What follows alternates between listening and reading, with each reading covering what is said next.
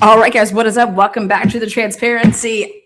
I'm throwing in an extra live here today because I am actually prepping for a huge murder case that goes to trial tomorrow. As you guys know, if you've been following my channel, you know all about it. I am covering I call it the trilogy murder for hire case out of Jacksonville Beach because good lawyering is what's we're going to be watching. Jose Baez, Diana Nashi, representing Shannon Gardner. Her trial kicks off in 2 weeks, but her estranged husband goes on trial tomorrow in Jacksonville Beach.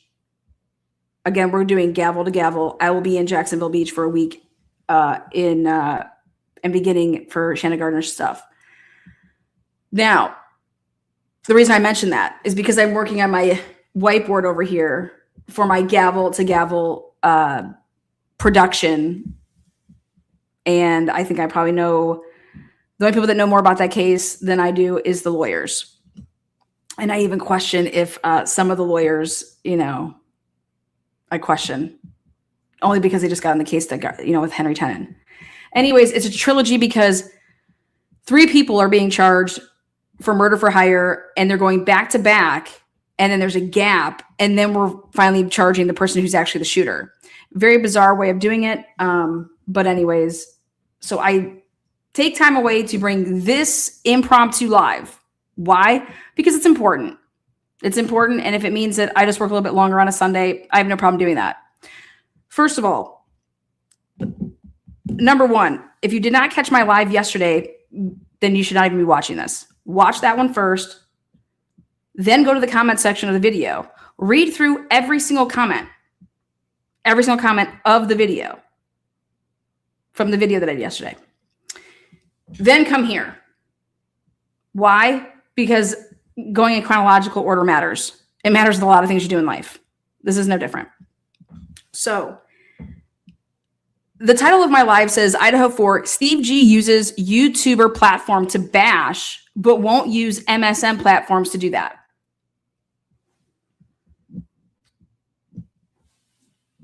I implore you to go find an interview that Steve Gonsalves has used MSM,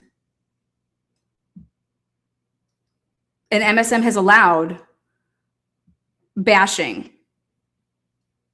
Okay? Go find me. Email it to me and say, here is an interview where bashing occurred. That's MSM promoted. Now, Steve Gonsalves said in his interview, because I said, I respect Daniel. Okay. Anybody that has a YouTube platform where the G's feel that they could go and do an interview, that you've obviously provided them with a space to do that. Okay. However, just because I say that does not mean that I agree with one thing or all of it or none of it. That has nothing to do with me agreeing with what somebody's saying, what the questions were asked, what the answers were given, who's agreeing on what. That is a totally different category. I watched with you guys live that interview. Well, I still think there's 45 minutes left, to be fair, and it's actually stopped right here. And when you're watching something live for the first time, ask yourselves, when you guys watched it with me yesterday, it was my first time. I will bet 90% of you guys, it was not your first time watching. Because I will tell you that the amount of writing in chat going on, it's very hard to listen and to write every single second. Okay? Now, I'm a big proponent of you need to listen to what somebody is saying. Listen to it all, understand what they're trying to say, acknowledge when you don't understand what the heck they're talking about. But you have to take it all in, listen to it first, and then go ahead and say, okay, well, then I'm going to have an opinion on it, right? I don't do knee-jerk reactions. I think they're actually foolish as fuck. And when you do that, I mean, like, it's just, half the time I'm just like, dude, I have nothing to say about this. Like, it's sometimes you're just blown away so much that you're just like, I can't believe what I just fucking heard. Okay. But I will tell you that I do not respect at all. I would ever allow somebody to come on my platform and ever say that I came onto a YouTuber's platform where I feel like I can do this and go blah, blah, blah, blah. Excuse me? That means that you don't respect me. That means the person that just literally came on my platform doesn't respect me if they felt like they could. I came on, and Steve G makes a little bit of a comment like that, doesn't he? That he came on and could go on Daniel's, and then here, I have some stuff I want to say. Well, no offense to Daniel, but go say that and put that on a platform where it's going to be seen by hundreds of thousands of people, right? Think about it.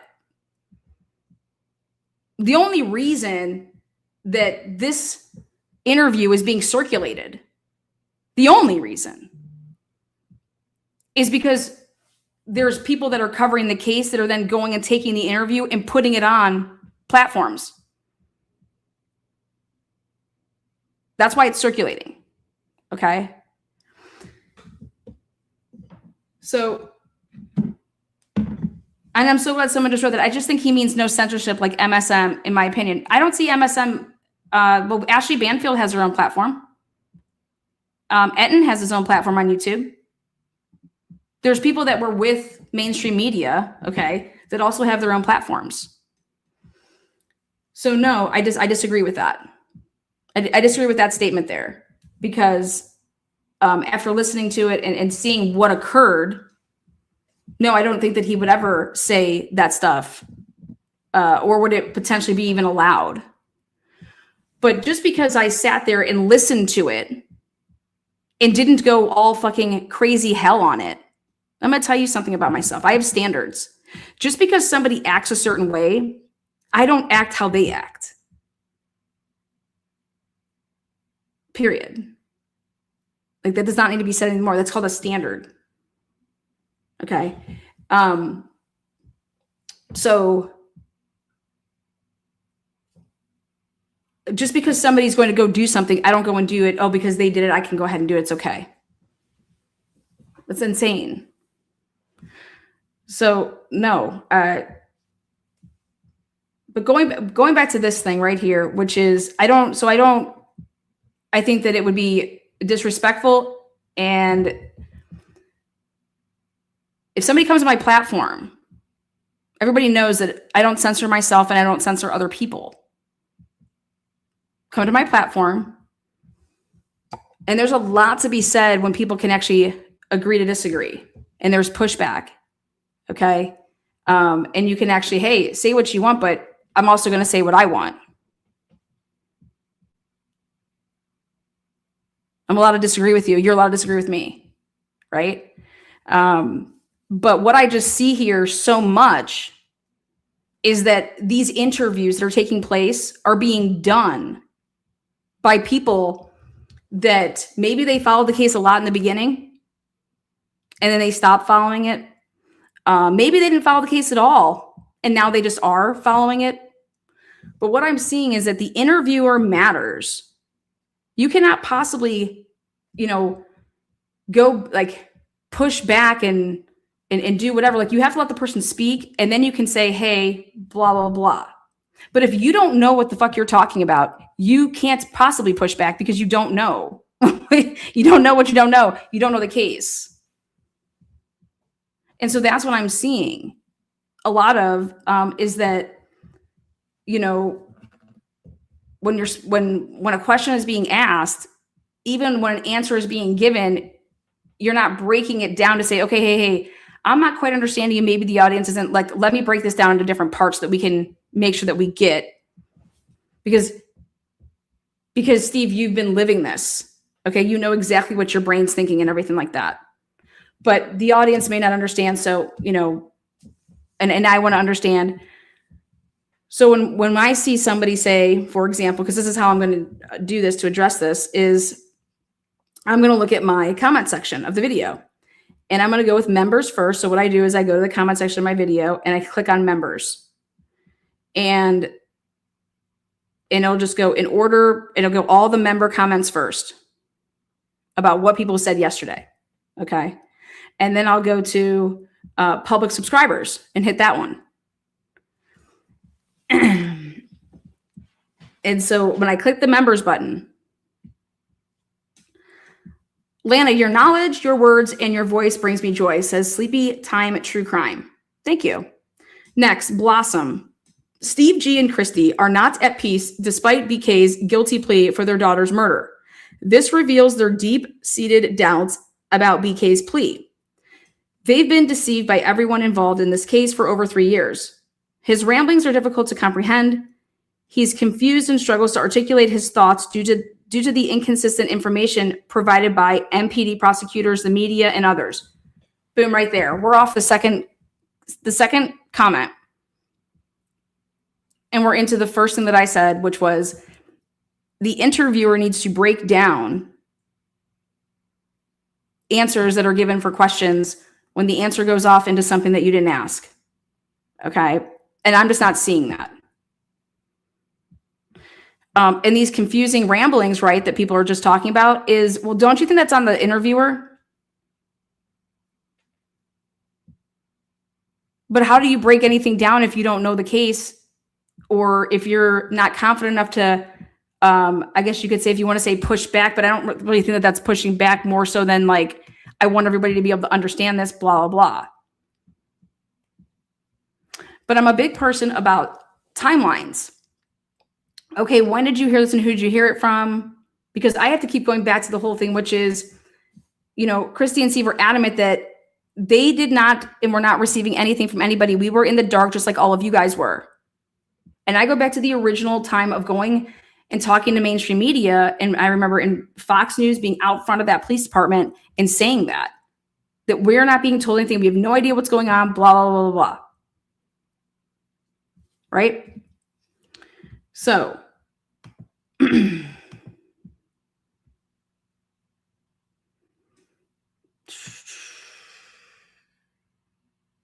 see. So right there, when you say that, if you haven't seen anything and you guys were just in the dark like we were, when did you become out of the dark? Right?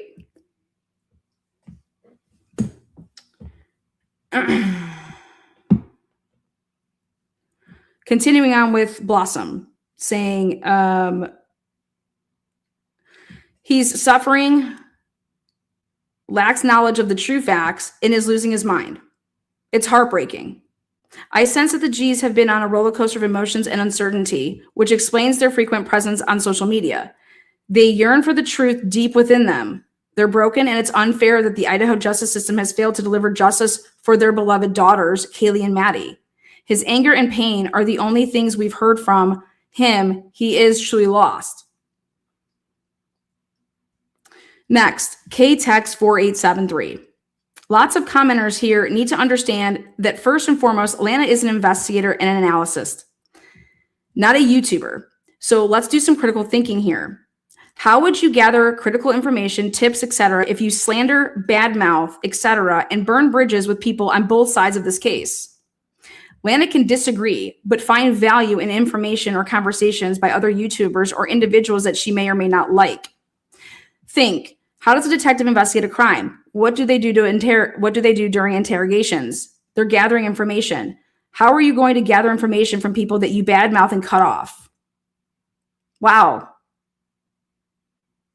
What a concept. KTEX4873, 7 hours ago. What a concept, right? Smart investigators don't burn bridges. Perspective, motives, open mind. These are important. Lastly, remember, you can catch more flies with honey, and Lana has plans for a 5-course fly dinner. You're goddamn fucking right, I do. Next person, Andy P1770. Honestly, it's really tough for me to listen to the blatant errors and worse in any interviews with SG at all. He bullies and name calls rather than citing verifiable facts, and I have trouble understanding why. Okay, I want to comment on this. The interviewer has a responsibility, do they not? Right?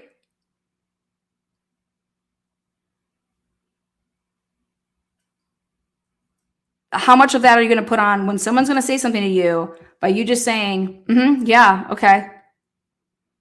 Yeah, okay.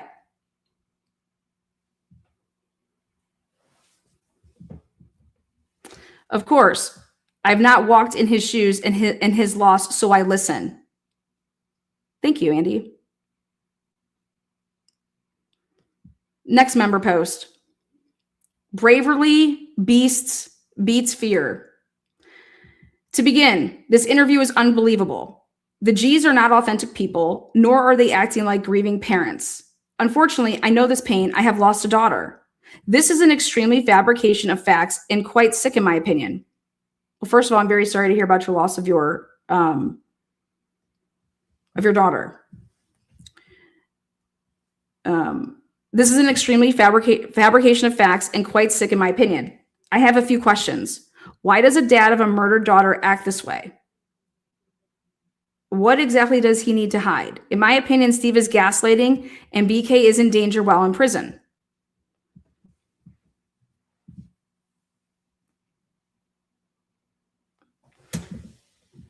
Next. Raging Cajun Girl. I always love that name. The Raging Cajuns. Timestamp of my video. Turvey claimed text proof. I believe AT texted the family and said, I can't get him to take the plea deal. We're going to get into all that. Okay. But yes, I will tell you this right now. Hearing that information from Brent Turvey saying that Ann Taylor making a comment like, I can't get him to take the plea deal. I've been trying, and that was like the first day or whatever. If that reaches a point of like, because everything right now is like, you guys, there is no proof on anything. Nothing has entered a courtroom. We haven't had a trial, right?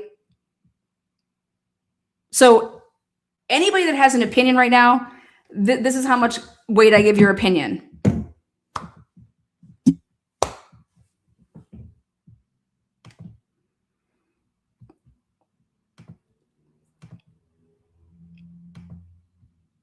That's how much weight. Because we haven't had a trial. I think that we should have a trial. I think that we should have had a trial a long time ago. I think that this all needs to get sorted out because nothing like this should take place in our criminal justice system. There's no place for this. And this case is different. And everybody was maintaining their innocence, to include the lawyers who were saying that Brian Kober was innocent. So yeah, okay. And let me explain something to you. The reason that Steve Gonsalves now has to pick a side, and the side has to be either you're on Brent Turvey's side or you're on Ann Taylor's side, right? Have you ever heard of something like that before? Think about it. That's why he is all talking positive about Ann Taylor.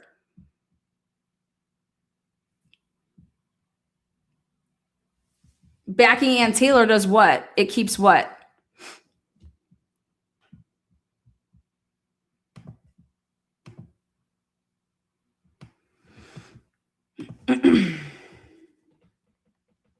Next. I'm for. WSU stated the media released a notice that Brian Kober had been fired. That notice didn't come from WSU. That was made up.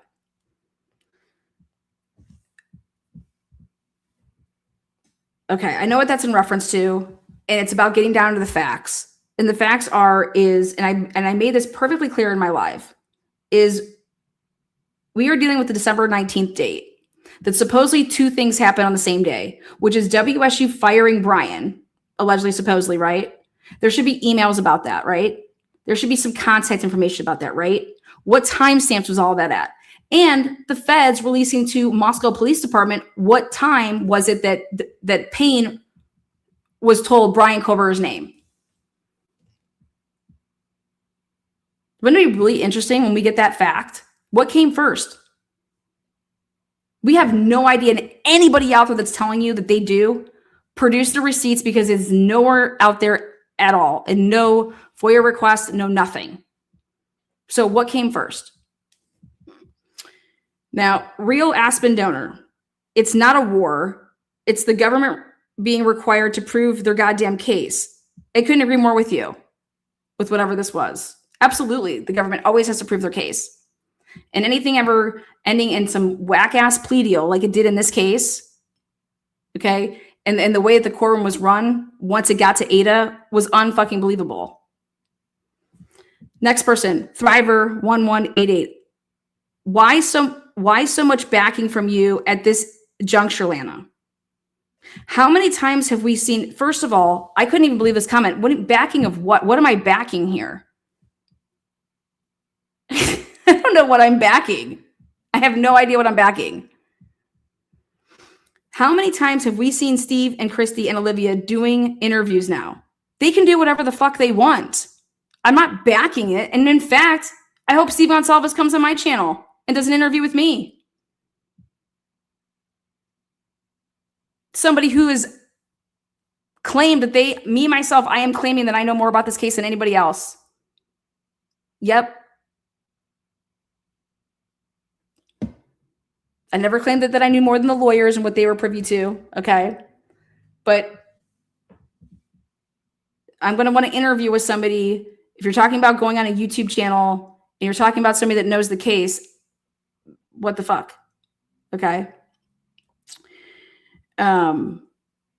So I don't know. How many times have we seen Christy and Olivia go do interviews now? They can do 100 interviews. Who gives a fuck?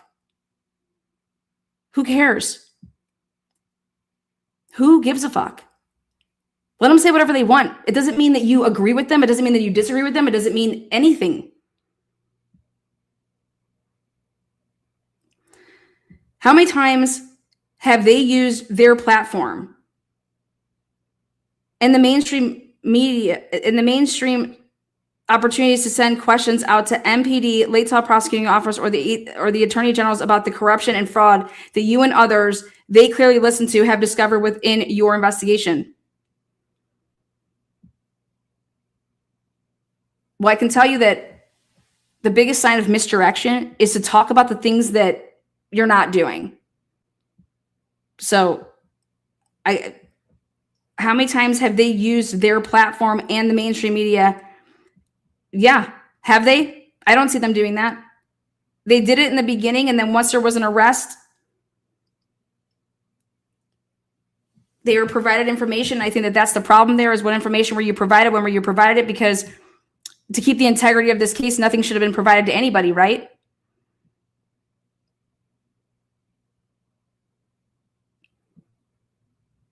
How many times have I been screaming from the rooftops on my lives, hey, here's a report and here's a report. I sent it. I don't need to keep stating the obvious. Steve is welcome to cause a riot if he wants, but the selective outrage, whilst leaving other glaring flaws and bad acting, the car wasn't BK's, the lies from the survivors, the telephones going silent by 3 a.m., etc. Yeah, but what does that have to do with this live right here? Why are we stating the obvious? Like, I didn't realize that this live was to rehash, like, I mean, again, the interviewer can only reel somebody in and say, wait a second, what are you talking about? You get what I'm saying? Again, just because I respect somebody, and the word respect is that, hey, I have a YouTube platform. I think that somebody that handles themselves the right way in terms of they're not out being a troll, okay, right? They're not out causing problems for people. They're not out trying to strike people's channels. They behave like how any other person should be behaving. Like that has nothing to do with me agreeing with his questions, how he thinks, how he feels about a case. And it says way more about somebody not understanding the difference. That's not over here. We understand that difference. I'm trying to help you guys understand the difference.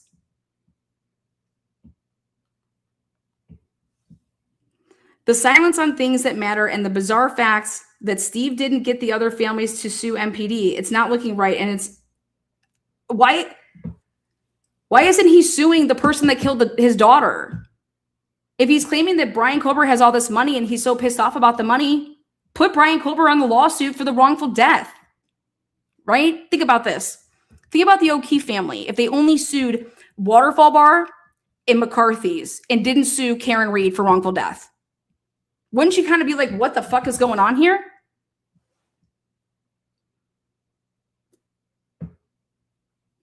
Next, Rule Juror 101. Wait, I stopped right at him talking about childish comments.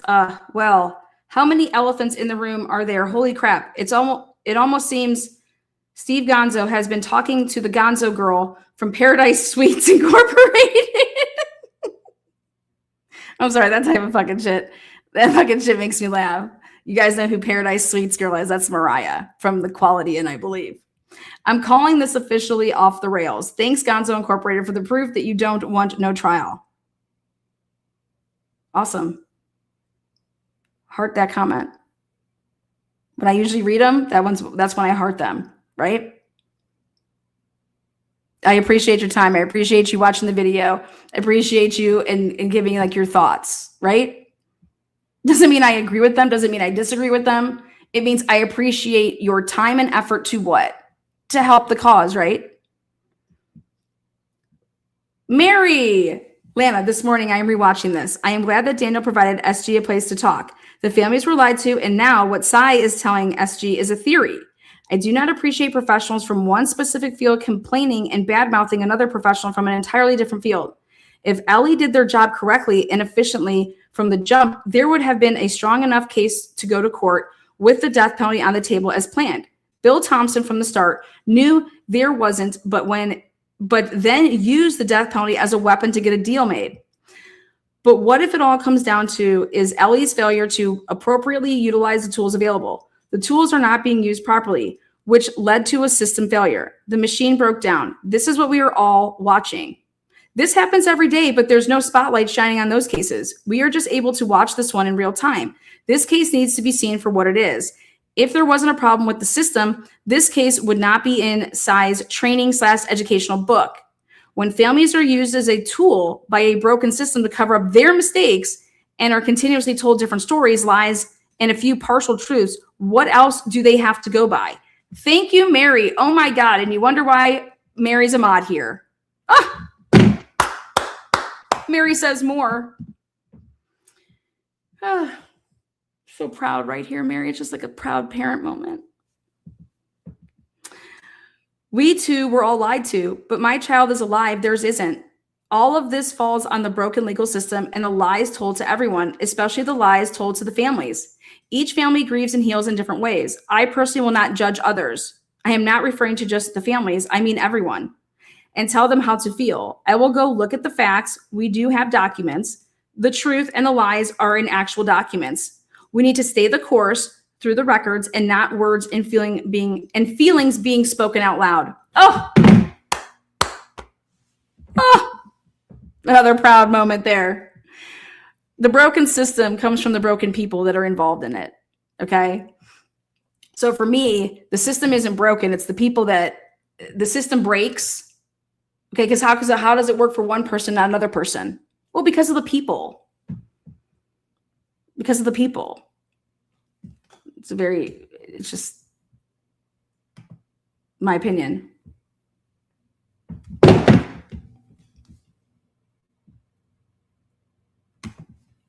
Jesse, and see, like, I disagree with that.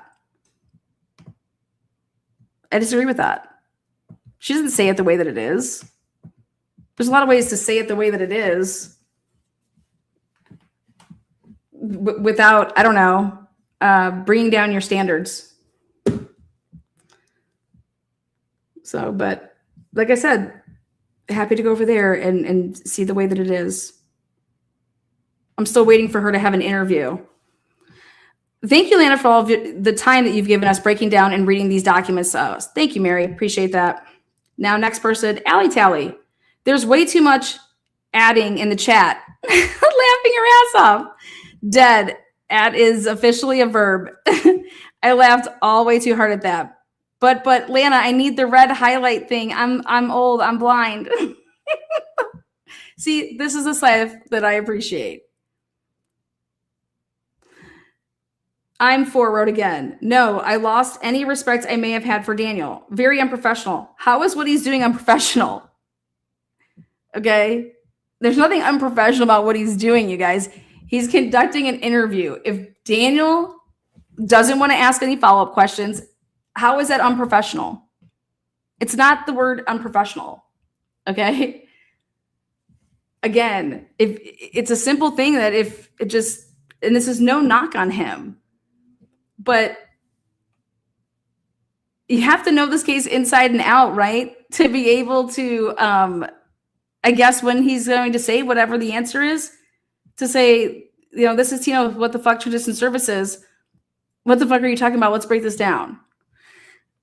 So I don't know if the word's unprofessional or not, but I wouldn't use that. I feel bad for the Gonsalves family, he says. I am for, or she says, don't know if it's a guy or a girl. They're broken. Absolutely. I agree with that. You hear it in every word Steve says. I'm truly sorry those families are living this nightmare. Yes. Awesome. I agree. Got to get justice for the Idaho4. I think they tested some evidence and that test has come back. Maybe wishful thinking, maybe an arrest is imminent. I have no idea what you're talking about there, okay? Simple me. Blow my mind, Daniel Tanego Lantra. Frisco Chicken says, the G's are a classic case of we couldn't beat them, so we joined them. Nobody has beaten anybody yet. This case hasn't gone anywhere. All that's happened here in front of our eyes is the government has literally taken we the people out of everything. That's what's happened here in this case, and it shouldn't happen. And a lot of hypocrisy. Okay. Cy Ray wrote a book. If you're going to talk about one person writing a book, why aren't we talking about another person writing a book? Hypocrisy. I have no respect for hypocrisy. Right? It needs to be called out though when you see it. But again, is it on, where do you put that on? So the G's are the classic case of we couldn't beat him, so we joined him. The feds set him straight, in my opinion. You want to go to prison to bro because we can make it happen. Tells me he's entangled somehow, some way, possibly, as this appears to be the G's full-time job now. He's not playing chess saying he wants a trial by clearly saying the exact opposite. Mr. G has never once clearly and commonly said any such thing as he wants a trial. He dances around any mention of said. This appears to be a RICO case. And that can't happen. It would blow up what really happened, in my opinion. Tell me you're owned without telling me you're owned. And then it says allegedly. This is from Frisco Chicken. Again.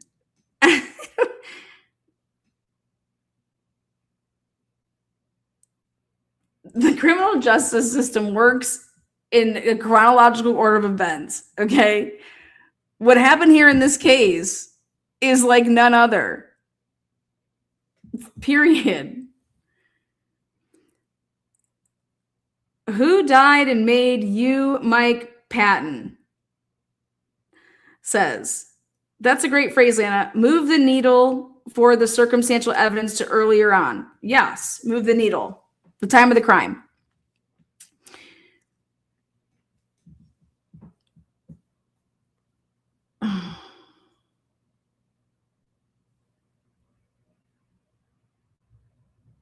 Loyal to a fault. Did the families have to do cell extractions? Just a question. For their cell phones? No.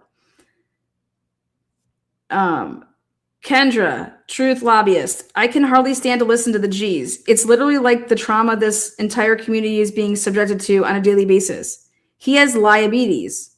Like Pumpkin, the one thing I'm thankful for is the lies are so obvious. He's exposed our entire government and judicial system. We've been gaslit our entire lives by those who are supposed to serve the people. There's a ton of gaslighting going on. Again, this goes back to the whole thing, which is if this case had integrity, that means nobody knows anything. This case has no integrity. Because why?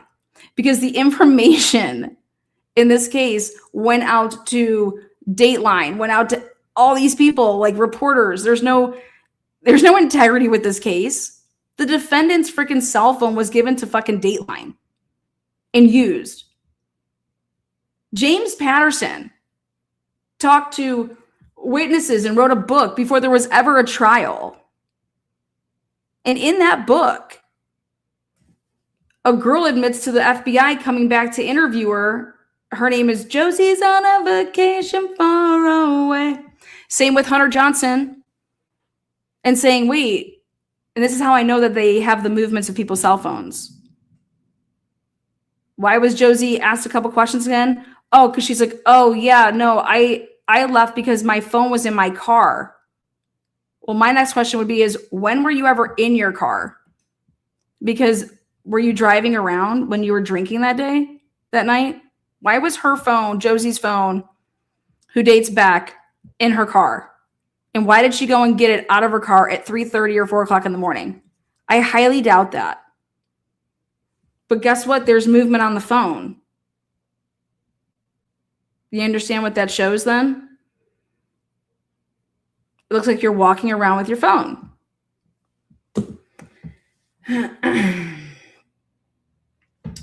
I agree, Murky. This is going to be a big point of my conversation today. Nobody should ever be laughing in a parent's face right after their kid was murdered or killed.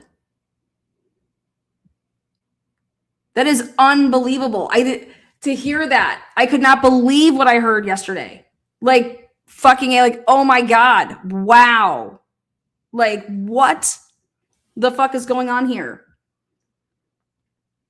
And I needed to understand and make sure was he saying the pro burgers? Was he saying like the co-burgers? Because he was talking so fast. And I would have gotten that cleared up. Because I didn't understand at first. Was he talking about his family, Brian Kohlberger's family, or was he talking about like, the pro burgers? And he just didn't have pro and he just says, co-burgers. You know what I mean? Like, people are just, you're going so fast, you're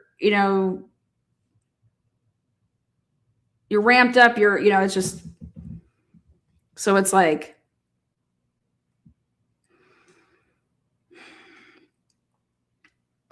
here it is. Love this comment. Keitha, not a good look, Lana. We, your subs, don't appreciate Daniel or Drunk Turkey. How is somebody speaking? How is somebody in the comment section writing this? Not a good look, Lana. We, your subs, don't appreciate DT or the lies he spews. This person was interviewing somebody.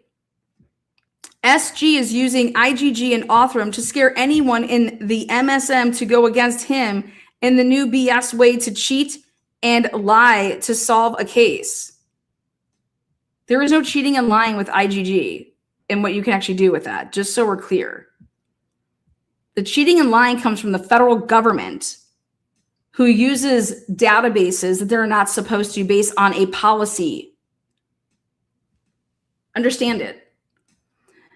I will not watch this glazing. I will not watch this glazing of the trash channel. Many will not agree with you, and they shouldn't. Agree with me about what?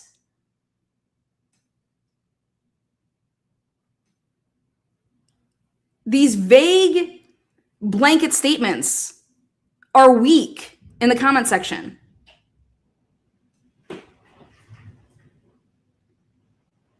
All your past videos, in my opinion, mean nothing with this video. Peace sign.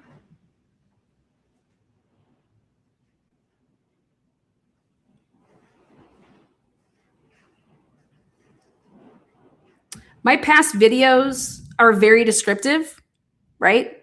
They're not 2 minutes, maybe 30 seconds like it takes to read this comment.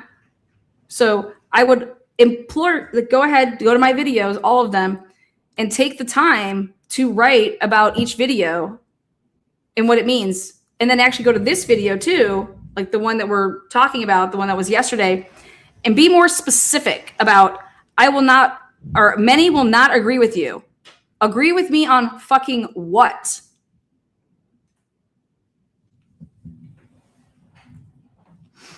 Next. Carbon 7950. Well, Gonzo, you should have been a better parent and advised your daughter and her roommates to put up window coverings, lock doors, and not get so intoxicated that 6 adults couldn't fend off a skinny guy with virtual snow. That comment is no better than anything that he said. That's why I talk about standards. Just because somebody does something doesn't say, okay, now I'm going to go and be how they were. You point out what they said and say that this is ridiculous.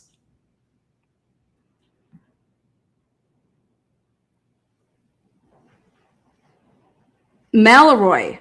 I remember the beginning of the Drew Carey show when the song said Cleveland rocks, Cleveland rocks. Thank you.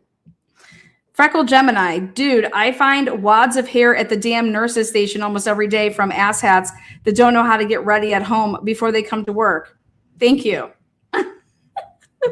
Now, public subscribers. Here we go. Now I'm going to hit this on, okay. Top. Oh, okay, here we go. Okay. Enough is enough, says Phoebes. So they are bashing someone for being in contact with Koberger's family. And they are bashing the Koberger's family. What do you mean enough is enough? Jules bashes them every single day. Every single day. Okay?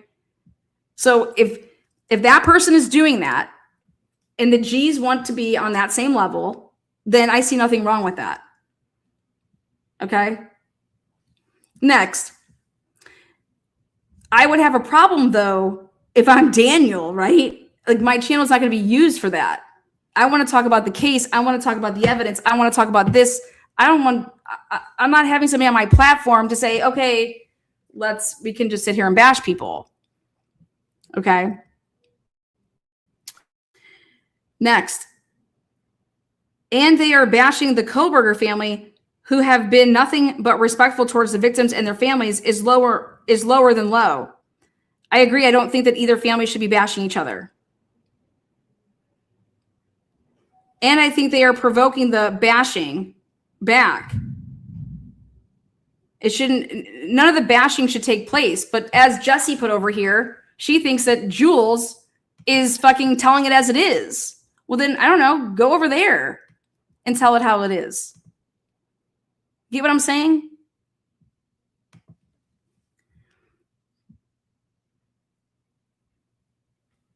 And I think they are provoking the bashing back. It's awful that they've lost their child. I have a son fighting for cancer since 6 years, and it's awful. And seeing it progress, thinking I might lose him, is unbearable. I'm sorry to hear that. I can't even imagine. That's why I'm a firm believer of giving people compassion. Be compassionate, be understanding. You don't know what it's like, right? You can't possibly know what someone's going through, and that's why we try to stick to the facts. Okay? We just stick to the facts. And so make a very specific statement to say, when Steve G says this, and make it about a fact that he's pointing out and say, this is how we know that this is wrong. Or this is how we know that this is not an accepted fact, and this would be highly debated at trial. So,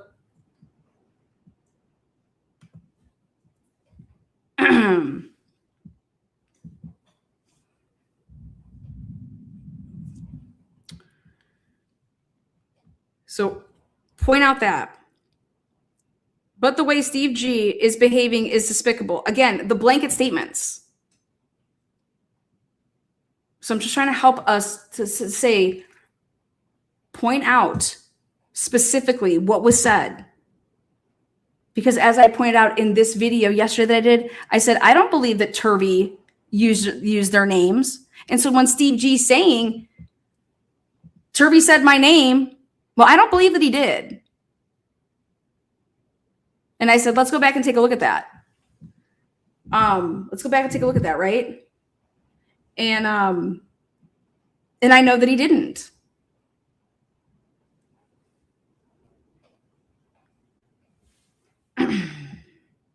But I also appreciate how Donna Rotunda like basically said, I'm not here to judge anybody and blah blah, like that's exactly what I would have said. Like, hey, let's not make this about that. Let's talk about the evidence. Let's talk about what was said to who by law enforcement. Let's talk about the integrity of this case. There is none. And that happened a long ass time ago. And I think he should legally be held accountable for the death threats or the hits he's publicly called for or against Brian Koberger. I've always said that I think he's walking a fine line between freedom of speech, right? And that of, again, how can I just word this to just make this very clear? My title of my live says that Steve G uses YouTuber platform to bash, but won't use MSM platforms to do that. Okay. I would not be cool with, I would be pushing back. Okay. If you say something that I totally disagree with, I'm going to push back. I don't need to cut you off. Go ahead, speak your piece, right? And then to say, now hang on a second. I get venting, right? But there is no way that you can actually mean that you're going to laugh in a parent's face when their kid is killed.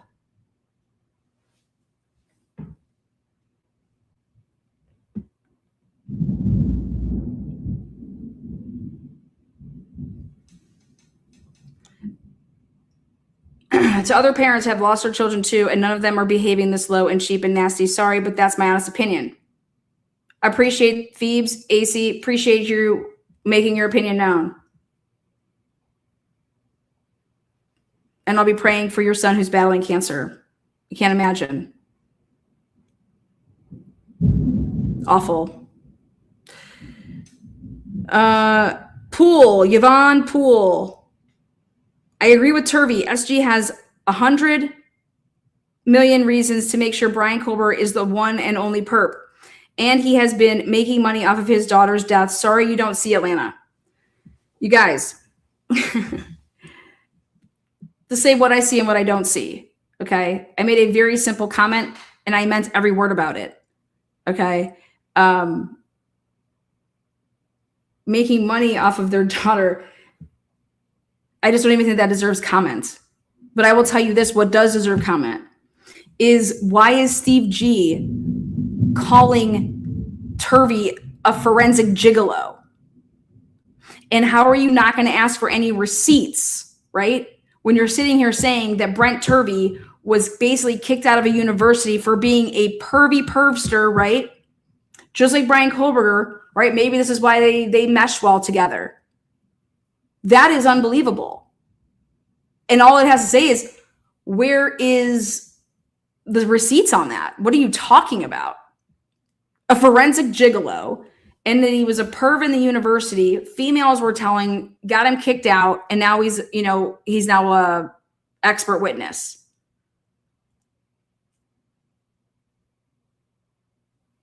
I mean, do you think that I would have just sat there and said, yeah, okay, next question? I would have been like, what the fuck are you talking about? Where are you getting this from? Who is providing you this information? Where can I read this?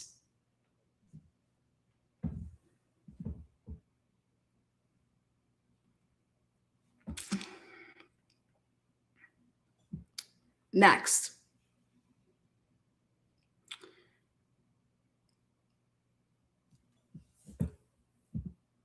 Remember DT's interview with Christy. This is Pat Word.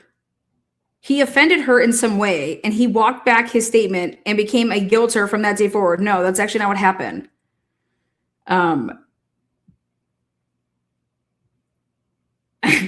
Daniel has always been, okay, when Brian Colbert was guilty, me and Daniel have done lives together. When Brian Colbert was arrested, and I've done lives with him, and I love lives of doing people and having a debate with people that see it differently than me. That's what makes a great debate. Like,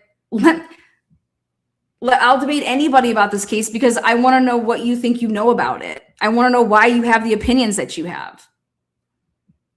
Right? What information do you have to base your opinions? And this is where it comes down to, Steve G. What your opinions are coming from what? Because then we have to break this all down. You didn't have anything about the case, right? Because they were treating you guys like us, not providing you guys with anything. Well, when did that change? When did you start receiving stuff? How do you know that Brian Colbert is so guilty, right? There was no trial.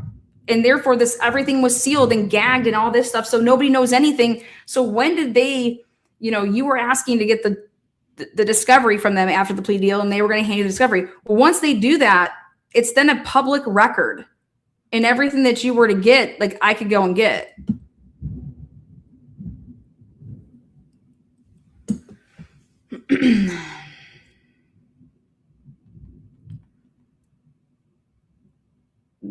The interviewers matter. For what you guys want, the interviewer matters. But treating people and bashing people, why would I ever interview with somebody or even talk to them if they didn't have some couth about them? It makes no sense.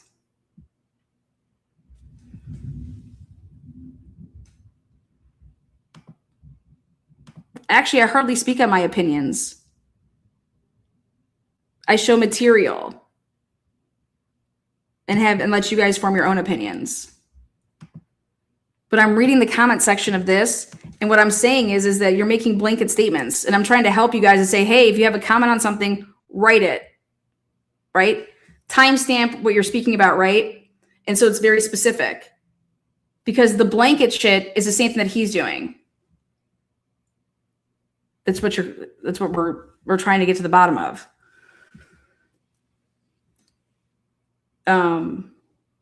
Trisha W1717.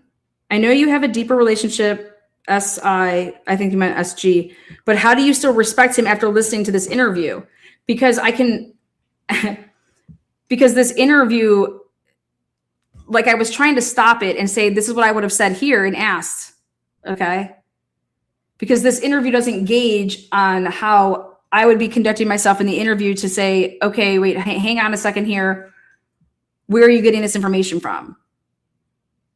And disagreeing with somebody, and that has nothing to do with respect and compassion, understanding that their child was murdered. Okay. And you have no idea how you would react, right? And how you would act, right? But I do have a problem with what information you're putting out to the world. Okay. Because if you're asking me to have receipts with what I'm putting out, then that standard is the same. Steve, you're not going to put out information without receipts, right?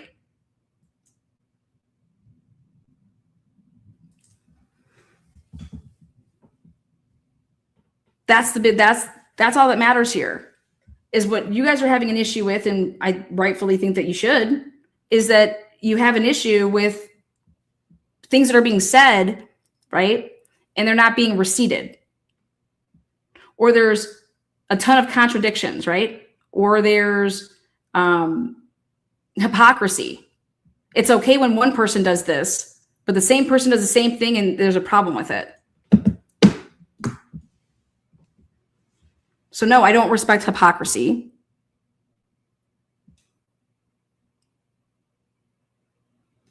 I don't respect lack of receipts.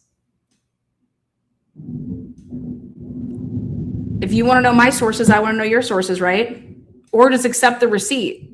I don't need to tell you where it came from. Here's the receipt.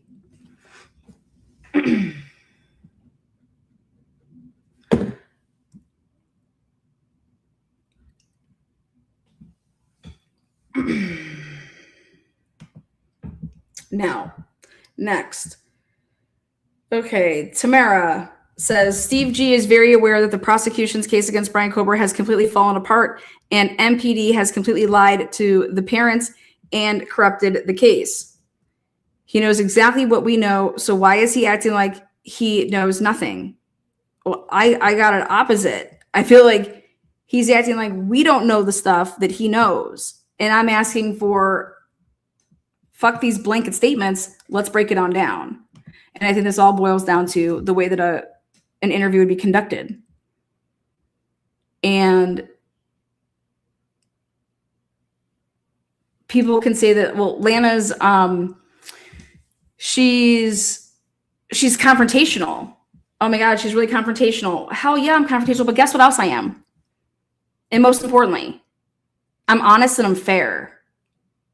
I'm confrontational because I'll talk about things and that people don't want to talk about because it's uncomfortable. And it's uncomfortable for people to question the government, I guess, because that's all we ever do is question the government. And that's what the Gonsalveses were doing until the arrest of Brian Kober, right? And Steve said, hey, they proved me wrong and you guys do this and, all's forgiven, right? Remember that?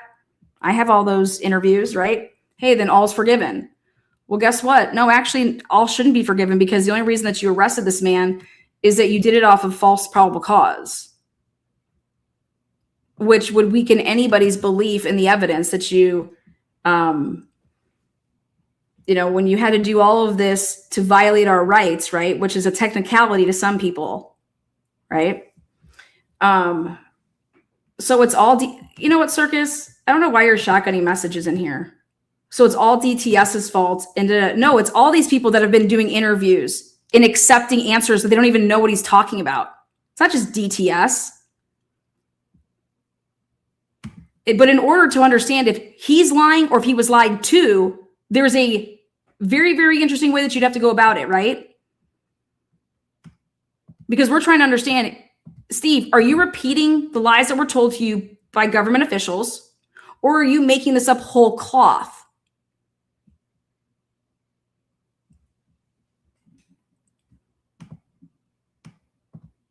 You break it down. You break it down.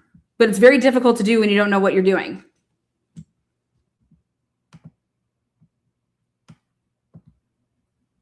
And I do think that Steve would come on my channel.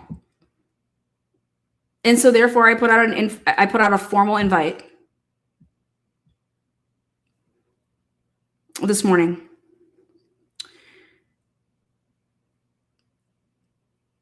Next for Tamara says, he knows exactly what he knows, so why is he acting like he knows nothing? I agree. But we have to understand, where is he getting this information? Speaking about Ann Taylor and how she was going about this or that or the other is laughable to me. Okay? He has no idea. He doesn't talk to Ann Taylor. Ann Taylor doesn't talk to him. None of that's ever occurred. Ann Taylor would never tell him anything. So he's just over here that's what I said this yesterday. I don't know if Steve's just having a conversation with himself here. I don't know what's happening, but this is wild to me. It just doesn't make any sense here. But Daniel just sat there and didn't say anything.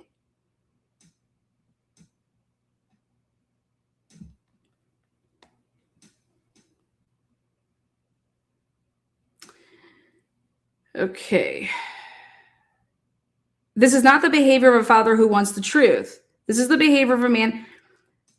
This is the behavior of a man who thinks that he already knows that person killed his kid. That's what I see. Okay. And so if I'm going to allow you to have that, then you're going to go ahead and allow me to say, what information are you basing this on? Okay. And if you want to play out in the criminal justice system that you want to kill somebody, right? Death penalty. Then you also have to respect the process. That's what I've always maintained.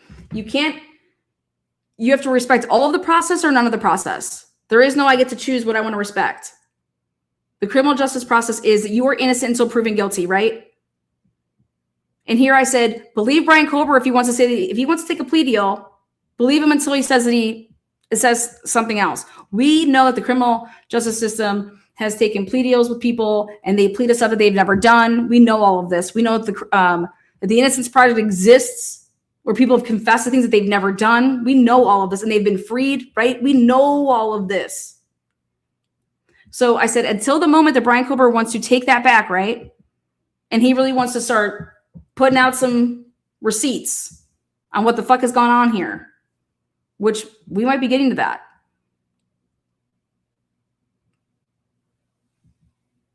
But I don't believe that anybody should ever be coerced into taking a plea deal.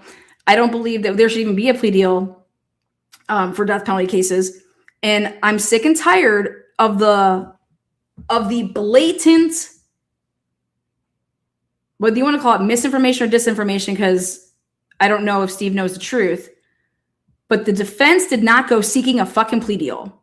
The defense did not go begging for a plea deal. That did not happen. And when it becomes disinformation is if you know the truth and then you're saying something else. So that's why I'm saying it's a fine line. But I want him to be able to say, so do you believe Cyree? Or do you think he's lying to us when he says that Ann Taylor did not go seeking a plea deal? That was brought to Ann Taylor by Bill Thompson. What do you believe? Very specific question. Because then I'm going to say this, which is, has Cyree lied to you? Has Bill Thompson lied to you? So why would you not believe Cyree? Because he's going to say, I don't think that Cyree has lied to me. Okay, but you know that Bill Thompson has, right? So why are you going to listen to Bill Thompson, who has done nothing but lie to you? And try to divide and not keep four families from, being a united front.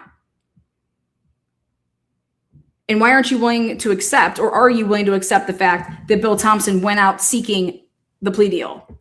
Because it matters on who went out seeking the plea deal, right? Because it would weaken a side's case. If I go out seeking the plea deal, then I believe that my case isn't as strong, right? But if they come to me, right, then I have to go to my client and do all that, right? So, but Brian Kober has every legal right under the law to exercise his legal rights, whether he's guilty or not. Yeah, absolutely. I agree, Tamara. Steve G needs to trust the court system and seek the truth, and that's all he should be saying he wants. I couldn't agree more with that.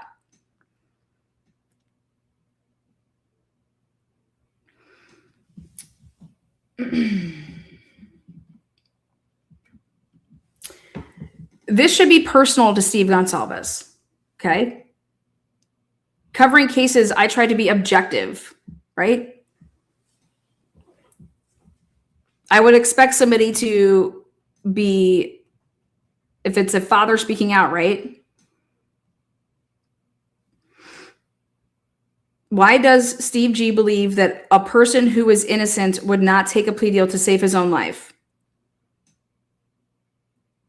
I think that's a good question to ask him.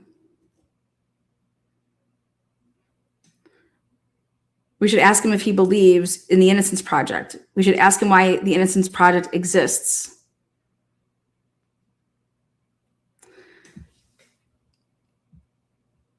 Ann Taylor admitted she was not ready for trial. His lawyers quit on him and told him to lie to save his life.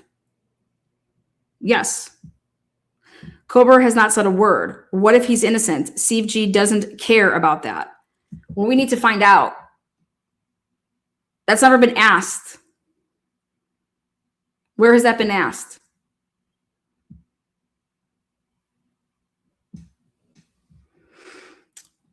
Cindy says, two things can be true at once. One, we can feel sorry for what happened to Kaylee. Absolutely. And we should. Anybody that hits a human should feel sorry for what happened to Kaylee and anybody, their family. Two, the parents can be ignorant and not that good of people. Just because they lost a daughter does not give them a free pass to be jerks.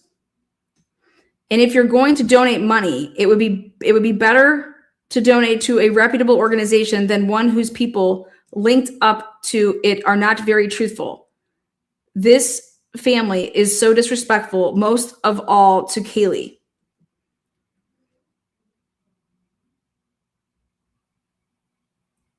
I don't believe that people should get free passes to be jerks. I say that to give more grace to people that are in a situation that we couldn't even imagine. Number one. Number two, so I agree with that. We can feel sorry for what happened to Kaylee. I think that you should, it's just unimaginable, right? Number two, yes, can people still be jerks? Do people that get murdered and killed their families that they come from you see it every day, okay? But that to me isn't the thing. My thing is about standards. My thing is that as soon as you behave like the people that you're trying to say that you don't, if you don't want to be trolled and you don't want these things to happen to you, right? The last thing that you should do is do what you don't want to be done to you. The moment that you behave the way that you are so against, then you are becoming like them, right? And then now you have no room to speak. That's why I am very strong about no, we don't troll people. No, you don't go into chats and act like a fucking asshole and just go disrupt somebody because, oh, well, they came over here to, I give a fuck. Okay, out of here, bye, gone. That's not who I want anywhere near me. Okay. But the moment that you start behaving like what you are standing and supposed to be standing up against is the moment that you become a joke. Okay. So I don't know how a better way to say that.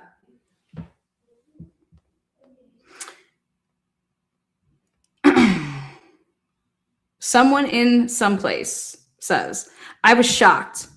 It looked like you thought Steve's threats against Brian were funny. No, I think it's absolutely unbelievable. And again, I have no idea who wrote this and if they're a troll or if they just want to write this shit. Fucking no idea. But made it perfectly clear. I said, excuse me? ? Haven't gotten a response back yet. Let's do this, please. 22 says, Steve's hypocrisy about info leaks annoy me. I agree wholeheartedly.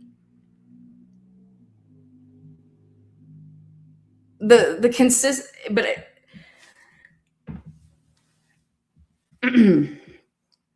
Steve is in an interesting place. Okay.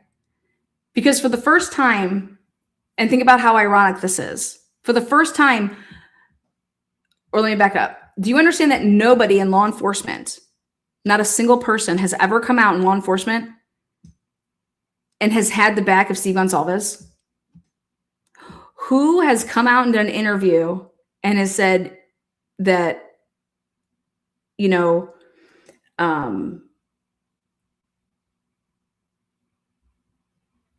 let's just leave it at that. Who from law enforcement has come out and have Steve Gonsalves' back and did an interview?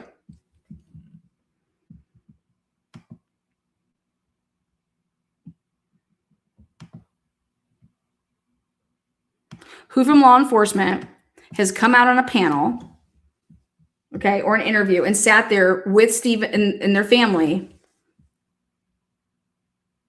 Anybody?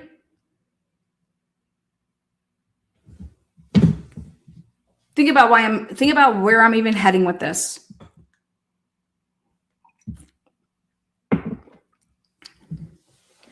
Who has ever come out and said, I got to say a couple things. There's no secret that as law enforcement people, as much as that we have to keep stuff away from certain people to keep the integrity of the case, yada, yada, yada. We also make exceptions every now and again with family members to try to let them know X, Y, and Z. And,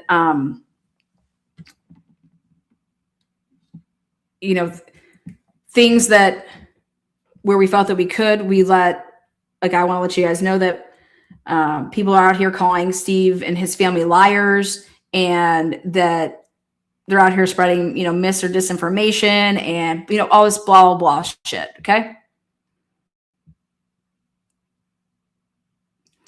I want to speak on that.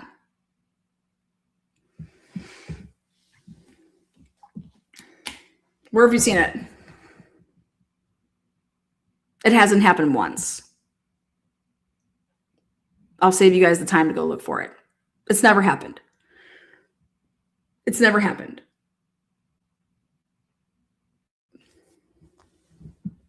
These families were treated differently. The Chapins were getting a phone call from Payne every single fucking day. And Payne acknowledged that in one of the follow-ups to the press conference. And I was like, Jesus, think about that.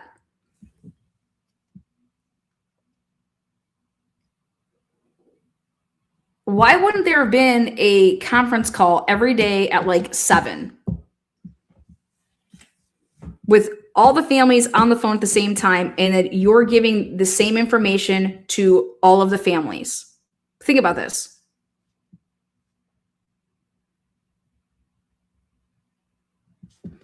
It's ridiculous. It's unbelievable. But do you know how much that would piss me off to hear that Payne was calling the Chapins every single day, right? And here we weren't getting calls at all. If that's true, right? And Payne's over there saying it's true. And the G's are saying, why would you have a different person for each of the families? So stupid. You know why they said that they did it? Because it was too hard of a job for just one person because of, mentally, emotionally. Wait, what are you talking about? I could see that when you're giving the death notice. Okay. But not when you want to have a single source who is making sure that the families are being told the exact same thing. And there is no ambiguity. There's no way that I could be getting a phone call and be saying, this is what so-and-so told me that so-and-so said, because that detective told them this, right?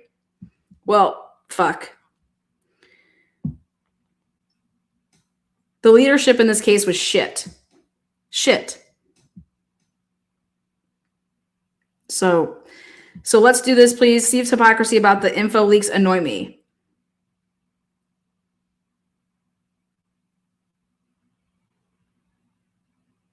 The hypocrisy across the board is just, it's obvious. Doesn't need to be spoke about. He keeps talking about the defense leaking stuff and implied Turvey is being investigated, yet Steve himself tells us new information that he got from his own leaker, assuming the information even true. Okay, let me tell you how this will be handled if I was to interview Steve Gonsalves. There is a report right here in the MPD, okay? Because you guys, everything that you're saying, okay, there is nothing that's not validated with everything that's being said in the comment section, okay? But you have to know how to bring this up, all right? So for Steve to say, first of all, what has to be put on the record, it has to be for everybody to understand, when you have a lawyer, Lana rides hard for Steve. No, I ride hard for the truth. And I'm going to break this down. When you go and get yourself a lawyer, do you guys understand that the police cannot come and talk to you? So we're going to get that all cleared up for Steve. So if anybody has the balls to ask this, Steve, when did you get your lawyer? What was the date of that? Because as soon as you got your lawyer, you do understand that immediately puts you at a place that the police cannot talk to you, can't ask you anything, and cannot come to you. Here, go through our lawyer. Okay? So, what happened when there was a grand jury? Well, somebody from the grand jury, right? What happened? After the grand jury on the Gonsalves' Facebook page, right? There was information that had leaked and the grand jurors being, talked to and talked about and blah, blah, blah. Well, I want to point out one of the the MPD reports where Payne attempts to contact Shannon Gray, okay, and Steve Gonsalves to ask them about the grand jury shit. And do you want to know what the report says? The report says that Shannon Gray never got back to the police. Like, just so we're clear about this, you don't have to answer and talk to police officers. You have that right. Okay? And so there's times, Steve, that you've come out and said, well, they're investigating this leak and Dateline and blah, blah, blah, blah. They haven't. If they're truly investigating this, why haven't they come to my family? Why haven't they come to us? Basically saying that if they're truly trying to investigate this, that they would come to us. And it's like, why? Do you know it? Why wouldn't you just go to them and be offering up the information? If whatever it is that you knew, right? But there is proof in the MPD. When I say proof, do you, Steve, or do you not disagree with the fact that when they made a phone call about the grand juror shit, that you guys, A, didn't answer it, B, never called them back, and refused to talk about any of that?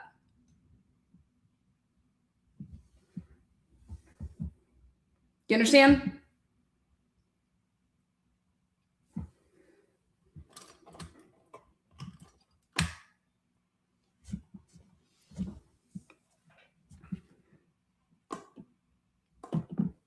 That's a problem.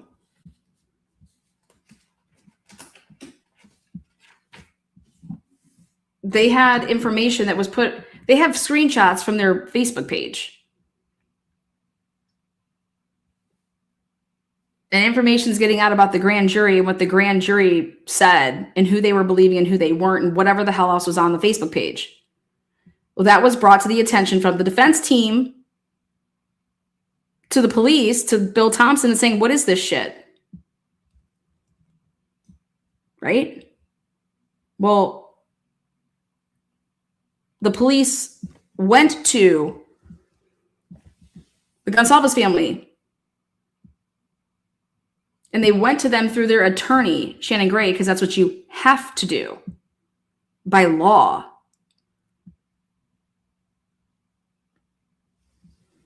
The police cannot contact the G's, right? Because everybody has constitutional rights. And once there's a lawyer involved, you can't just call them up. But I want everybody to understand that they never spoke on it. They remained silent. They have that right. The lawyer did not follow up with them. The lawyer did nothing.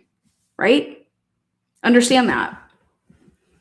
So why then, the question is Steve, why are you saying that when this was going on with this investigation of the leak and that they should have contacted your family? Why? So that you guys can just do what you did about the grand juror? Or explain this to me. Explain this so I can even understand why you're even making this comment, because we both know that you wouldn't have said a fucking word. So let's just be real. That's how I would be talking about that. So it's really important to understand that I don't just, I have something to back up why I would feel a certain way. In history, in pattern of life, it has a funny way of working out, right? So it's just simple as to say oh, I fucking hate this or I hate that. It's like, no, let's just cut out all the bullshit here. Okay. You also said that there was a leak. Okay, so then I would also show the transcripts of when Shannon Gray in January of 2023 got to be heard by Judge, and Shannon Gray was ripping the ass of Bill Thompson and his saying that you guys have a leak. You guys have always had the leak. And so you guys knew that the leak was in the prosecution team. Okay. And that leak stretched all the way up into, well, if I'm over here saying, how do you know this? You know this because you were leaked information, correct? You know this because police officers are giving out what and doing what with people. They're giving stuff to reporters. They're giving stuff to people that are writing books. They're giving stuff to people that are investigative journalists that are down there, right? And they're giving stuff to you. But there's always been a leak. And it's been, when you say the prosecution, that's an extension of all the police departments. But I would ask, how do you know that there's been a leak? Why did you suspect that the prosecution had a leak? This was right when the defense came on, and you were adamant that it was the prosecution. So then let me get this straight. So then fast forward to 2025, and you think that Brent Turvey is the leak to Dateline?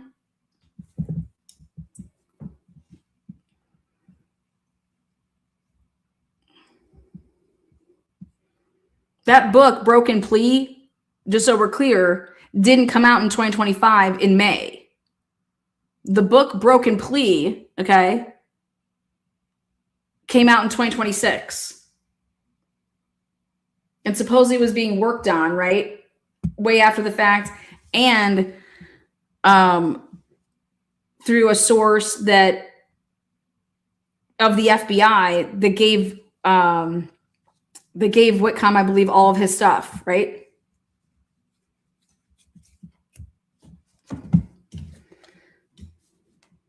So I have no idea.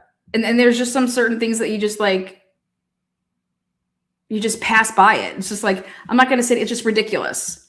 So to sit here and like, to talk about the fact that, okay, yeah, now it's Brent Turvey's the leak. The leak where? To Dateline? The fuck out of here. No. Ann Taylor's office was being investigated for the leak. Cy Ray was called up. Cy Ray talked to the police. You guys heard him. Cy Ray talked to the police. I would never talk to the police. Go make your case. Go make your case. Talking to me for what? Fucking leak. Get out of here. Like, go make your case. Laughable. Okay. Now I woke up to this comment and I just laughed. You guys, Susan Gardner, Susan, I need you to write underneath your comment. SG is the worst offender. He's literally ordering a hit on BK. Shame on him. He's the worst offender. Okay. He's the worst offender of them all. I'm just curious, who has called the police? Anybody called the police? Because if you guys watched a crime occur, I'm just curious how many people that commented in the comment section here, they called the police. I'm like seriously curious. Because I can assure you, if you guys I hope to God, if you witnessed a fucking hit being made, that you guys didn't think that, hey, guess what I'm going to go do? I just witnessed a hit, and I'm going to go say it in the comment section. So how many people that wrote comments here called the police to report a hit?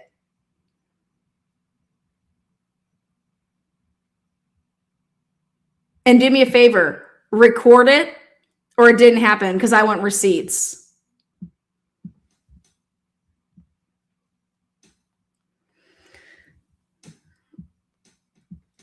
I'm guessing 0.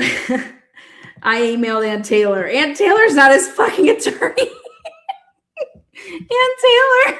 I emailed Ann Taylor. You guys, Ann Taylor is not a police officer. I don't give a fuck. Do you understand that right there? It should just be like, wow, yeah. Leanna, how many comments did you have? Oh, fuck shit, over 100. I wonder how many of you guys called the police. But Susan, she's been around for a while. It was just 2 sentences, Susan. I just had Susan's like, SG is the worst offender. He's literally ordering a hit on BK.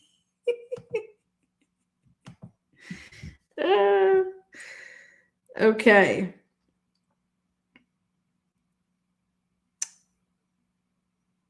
Pool says, I think what bothers me the most about what SG says are things that he may have been told, but there is no evidence of anything he says, but he puts it out as fact. Yeah. So do you guys know why I get on people in the comment section or in the live comment section? I'm like, please put in my opinion and write it. Okay. It's very important. Or allegedly, or this is what I heard, like when you're writing something or when you're leaving a comment, like it's important to like cite where you heard this from, where you're getting this from. So I appreciate that comment right there by saying that, yeah, there's no evidence of this, or he says, but he just puts it out as fact. That's how I feel when I look at the comment section and the live section. I'm just like, dude, right here. Like, so you get it. What's up, Dago? What's up, buddy? How you doing? Whoop, whoop. So I appreciate that she's writing this. And people will believe he has inside information and he is telling the truth based on evidence or just based on the fact of the relationship. That's Kaylee's dad. He can't possibly be lying, right? Absolutely. Absolutely.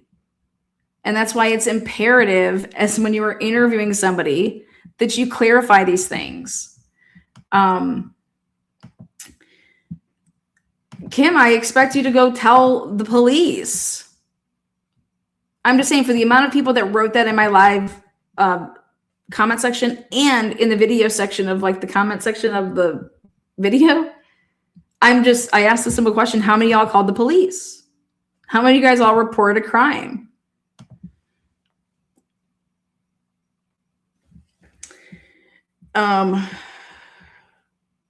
If any of this stuff was true, Thompson would have stated this at the sentencing hearing. So I just really like that comment. Now, Danny says, if you're talking about credibility, SG doesn't sit in the same arena as BT, if you ask me. BT has always only ever spoke on the evidence. SG cannot even keep his story straight.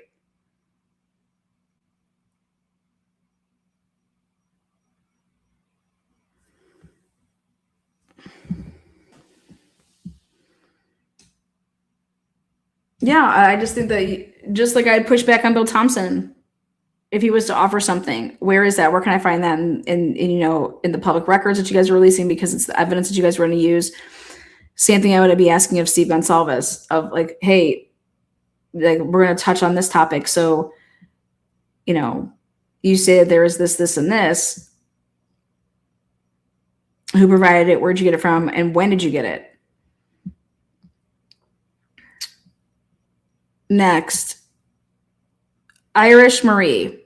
Oh, Steve, we know you can talk all day long, LOL. You are everywhere. The G family is interesting indeed. Steve brags a lot and portrays himself in a very macho manner.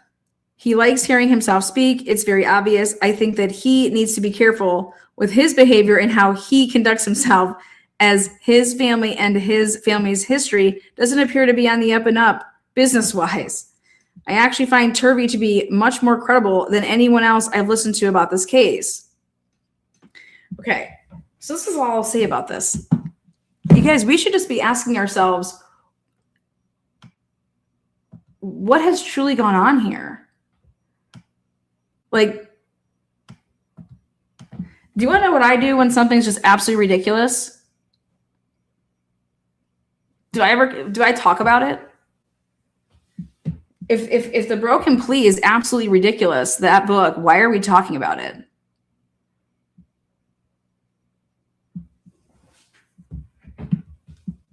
You know what's funny is mainstream media try to do just exactly that, right?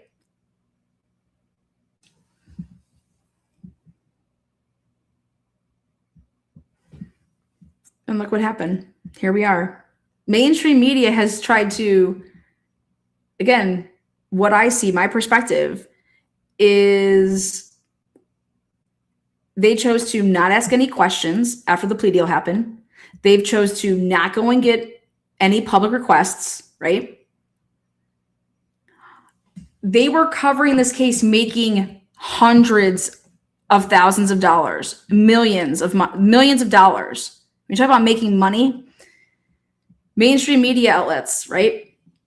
People with big platforms, that have YouTube channels as well. They covered a case for 3.5 years and totally were just able to walk away not having anything answered. Nothing was answered.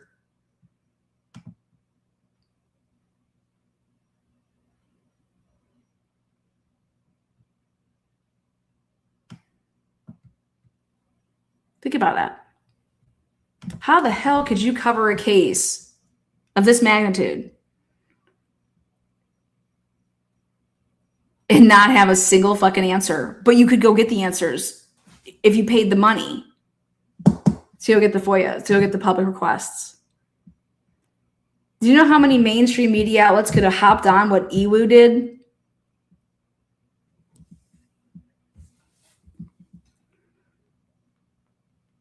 This is what you call a government nightmare, this case, because there was no probable cause. There was no probable cause. So do you think that a media outlet's going to be responsible for helping disprove everything that the government has said because you guys lied about the way that you made probable cause? You lied about the travel, all of the stuff. I mean, everything was a lie.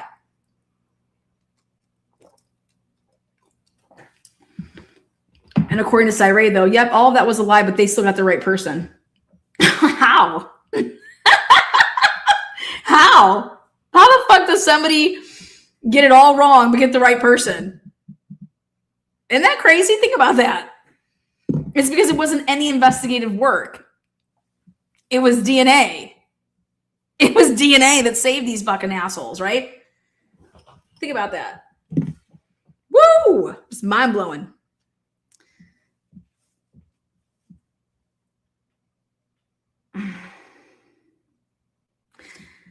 Young Gun says, I'm sitting here laughing at this point. Steve G sounds like a 5-year-old after too much sugar rapidly telling these make-believe stories about BK.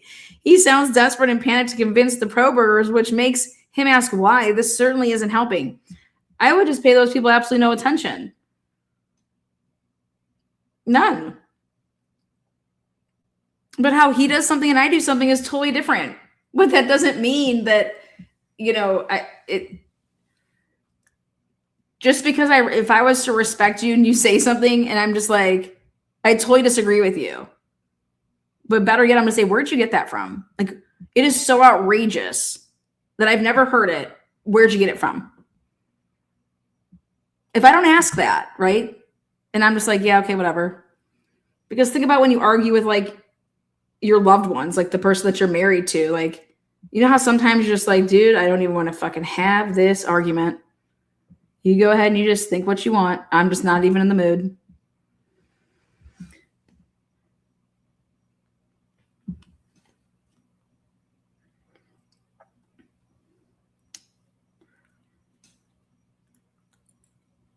Okay, so like, Steph, I have a question. I can't stand the drunk turkey guy. He has always been against Brian. He can't think outside the box. And Steve tells that many lies. It's not funny, just my opinion. I appreciate you saying just my opinion. I love that. But I don't know how I could ever say like I can't stand somebody because they've been against somebody or because of their opinion. Like dude, that's your opinion, right? What you need to ask them is, what the fuck are you basing your opinion off of? And then that's when you can win an argument, because you could say, fact check. I mean, wait, so think about this. And you find out, wait, you're basing your opinion of that off of this? Well, but that's just not true. And here's this, right? And then let them say, and then you would ask them, well, do you believe what I'm showing you is false? What do you believe about the material I'm providing you? Like, what is it? What do you think about it? I'm just curious. What do you think about this? Right? Like for me, I want to know what Steve Gonsalves thinks about us providing him information that shows that Detective Mowry was running around with his daughter's cell phone for 4 to 5 days and lying in a police report about when he physically had his daughter's cell phone and extraction. What does he think about that? In a murder investigation, my kid's cell phone, my kid was murdered, and this is what you're lying in a report.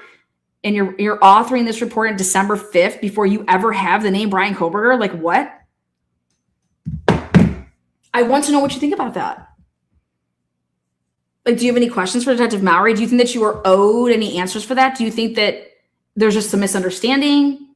But why do you think that there's a misunderstanding? Or are you just offering him an excuse right now? Like, did you go and are you understanding what has happened here? Like, how is it okay for a police officer, a detective who's investigating a murder case, this one that would be your daughter's, is it okay for that to happen? It's never okay. I don't care if it was for a bike, right? But do you ever ask the question, why? Why did he do it? Then how can you trust somebody that is doing those things and what they say and what other things that they've buried, and maybe they didn't even write a report about something else? I mean, these are the type of things that would come out in trial. And when you want to talk about the jury that's going to sit there and listen, how do you think, okay, Karen Reed was found not guilty. There is more evidence against Karen Reed's guilt than there will ever be against Bryan Kohberger, and she was found not guilty. How?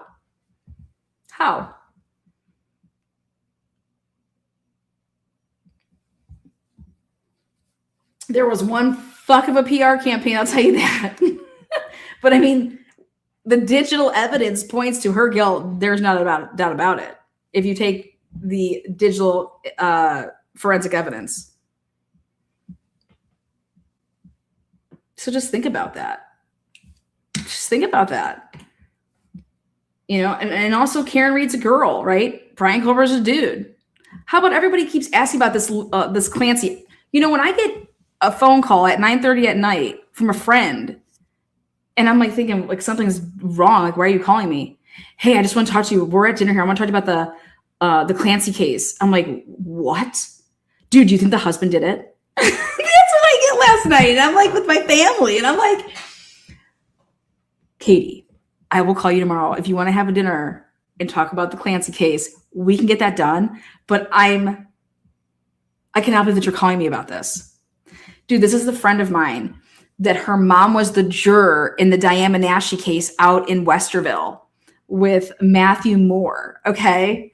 Like dying. Okay. I'm like, dude, do we need to have a dinner and talk about this? I was like, I'm not covering that case, but I know somebody who hasn't missed a single testimony. Bella has not. Like, she's following that case very, very closely. Then my sister texts me about that case. Like, dude, did he really go to like 20 days later, go to like Costa Rica? And like, do you think that he did it? I'm like, and then people that are hitting me up are like, well, Lana's a big conspiracy theorist. Like, she's got to think that Patrick did it, And I'm over here like, dude, this is how nuts social media can be, though. Because I'm like, have you been watching? That was my first question. Have you been watching the trial, or are you just getting stuff off of like social media?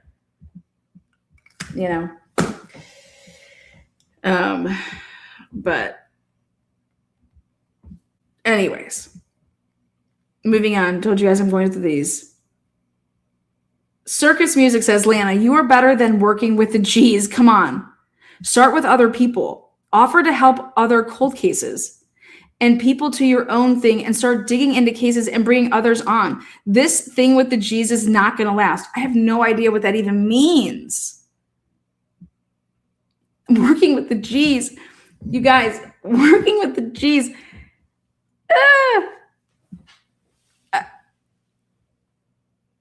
I don't work with anybody. I work with myself. And we've been on this case for going on 4 years. And by God, we're taking on the goddamn government. That's what we're doing over here. The government's narrative is shit. How they got to Bryan Kohberger, they violated our rights. Guess what I watched last night to pump me up for this live that I knew I was going to be sliding into my day? Enemy of the State, 1995. Will Smith, Gene Hackman. Enemy of the State. You guys want to see the world where it was in 1995? and to see what they basically forecasted for us. And guess what's on the line? Privacy rights. Go watch it. You can check it out on Amazon Prime for free right now. Enemy of the State.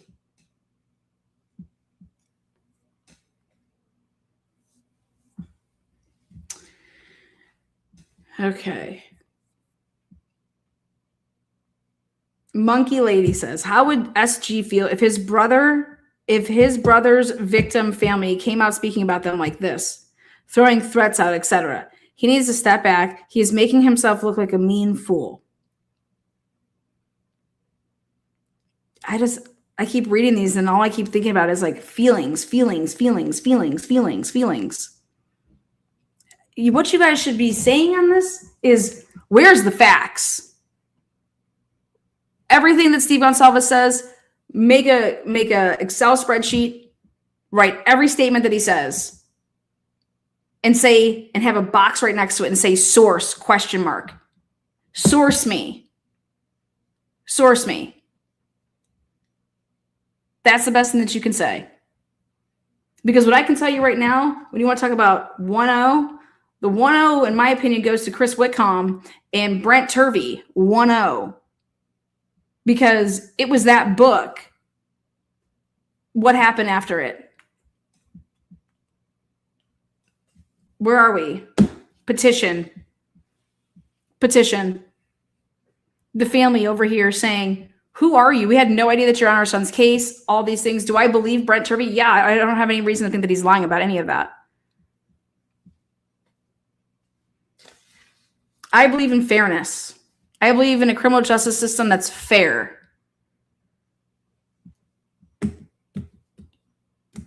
I believe in a criminal justice system that goes to a jury trial, one of this magnitude, and then it plays out, and that admissible evidence should come in, and that the finder of fact should be the jury, and that the judge plays a very limited role.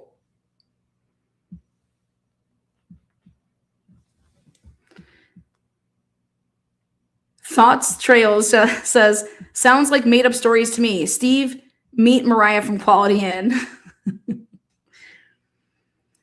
Michelle Clarence says, in my opinion, Cy is the rogue expert.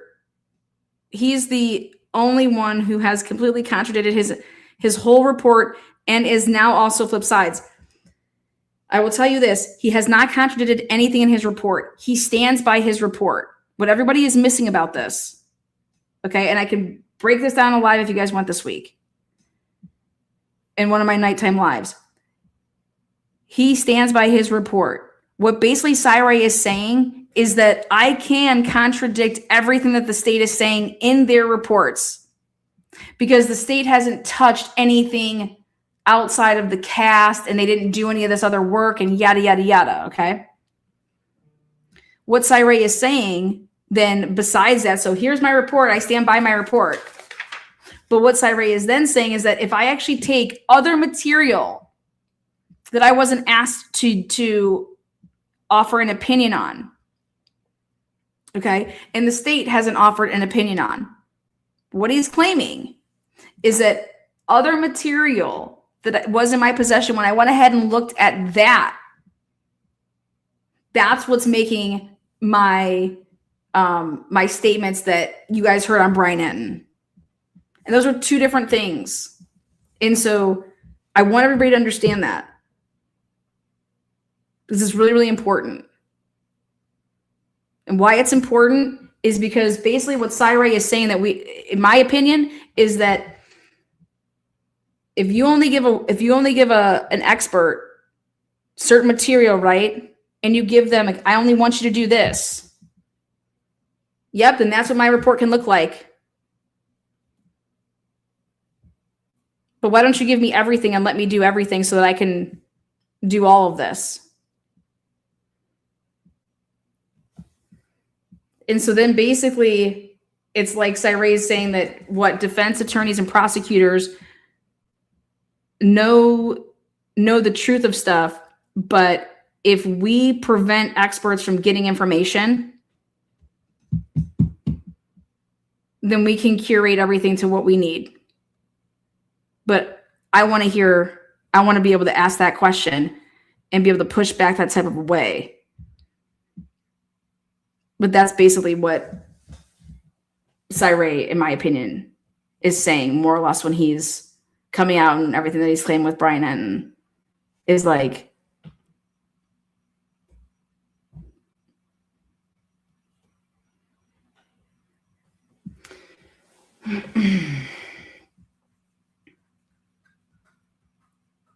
in truth be said, if that's the case, then everything that I've said even should be more supported, which is expert witnesses should always work together, right? With the material. If we're getting down to the truth of the matter, right? But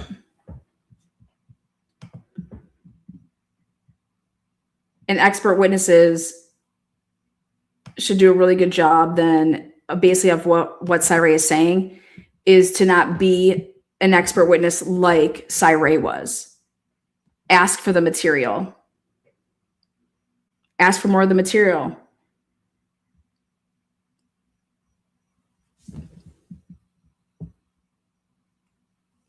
Cyree could have asked for more of the material. If he's like, hey, I'm not going to get off some murderer, right?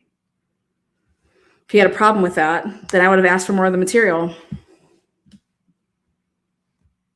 But that's not.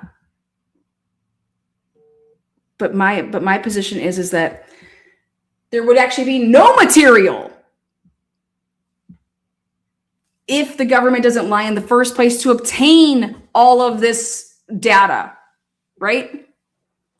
If they don't lie in the first place and say that a car is heading a certain way and a phone is heading a certain way at the same time, moving in concert to go and commit a murder, right? You don't get any of this material because you're not getting a search warrant.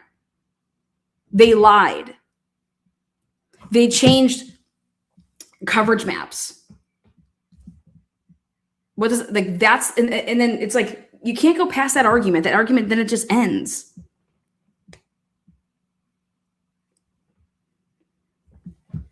And so that's what I believe that Cyree was only ever supposed to be used for, was the purpose of like there was no probable cause, and that's the much larger issue. That's the much larger issue. Period.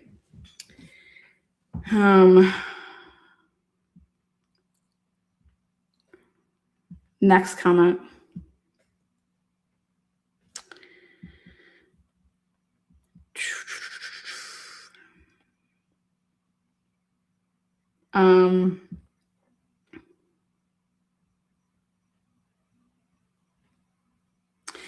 Steve, okay. Wheezy or Weaslin.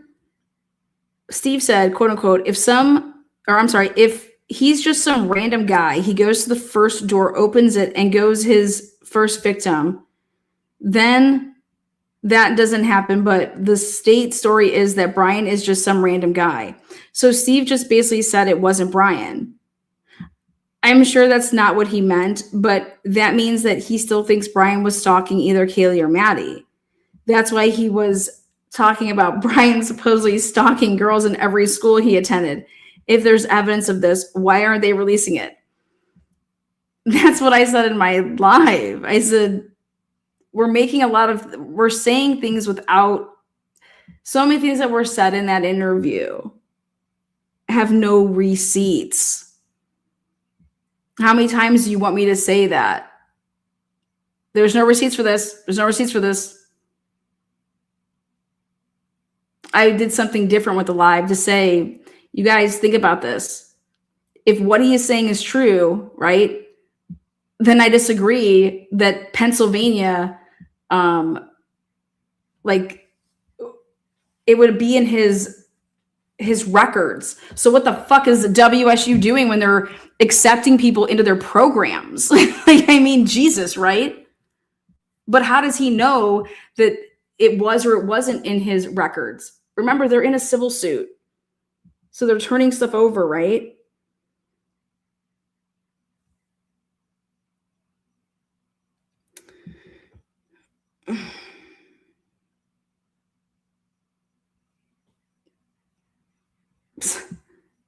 This person says, what's the name here? Booty? Enough. The Gonsalveses have been believed for far too long because people feel compassion and automatically believes the father of a victim. But they undermine the course of justice, manipulate the public opinion, not once were they able to substantiate their claims with facts. It has nothing to do with a lack of respect or compassion to loudly reject their lies, propaganda. It's very understandable that people become suspicious regarding this family. They should know the facts by now instead of ignoring them. It strongly appears that they do not want to know the truth. They are sabotaging the case. Hopefully, people will stop pampering the Gonsalveses. The damage they cause is unacceptable. People must be honest and direct with them. The so-called compassion is pure self-interest.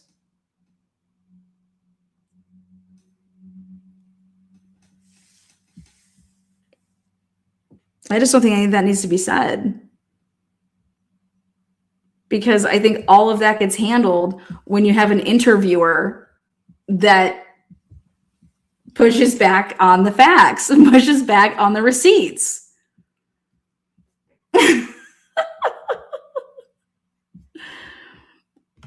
That's it.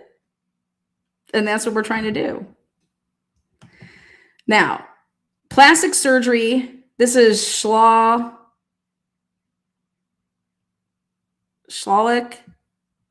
Says plastic surgery say what now videos? I'm sorry, but this stuff has got to start coming with receipts. Thank you. This stuff has to start coming with receipts. Absolutely. I'm like cutting people open, ripping out gelicone, or I don't even know what he was saying. BK hanging out in trees, peeping on you with glasses. I can appreciate Turvey deserving some criticism here, so take some swings at him. These after the fact accounts of Brian are getting ridiculous, if not outright ridiculous. You guys, I couldn't appreciate this comment more. Okay. I just think, yes. Because I was over here like plastic surgery say what now videos?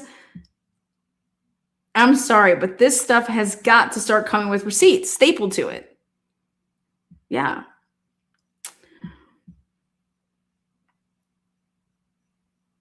Yvonne Poole, great comment here.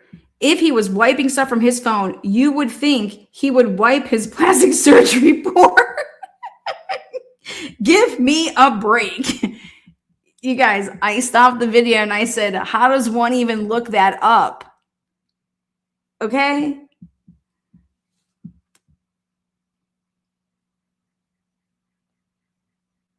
First Love Summer 2005 says, I can't respect any person who spouts out as much false bullshit as Steve G.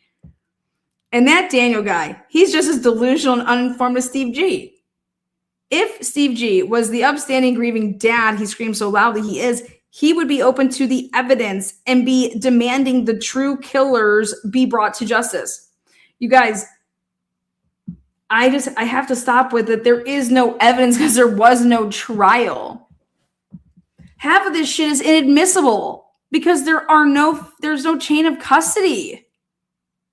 How can a fucking camera from 1112, where was it for 5 days and what was going on? 5 days, where was this camera and where was the SD card? I just can't. Like, how does this happen?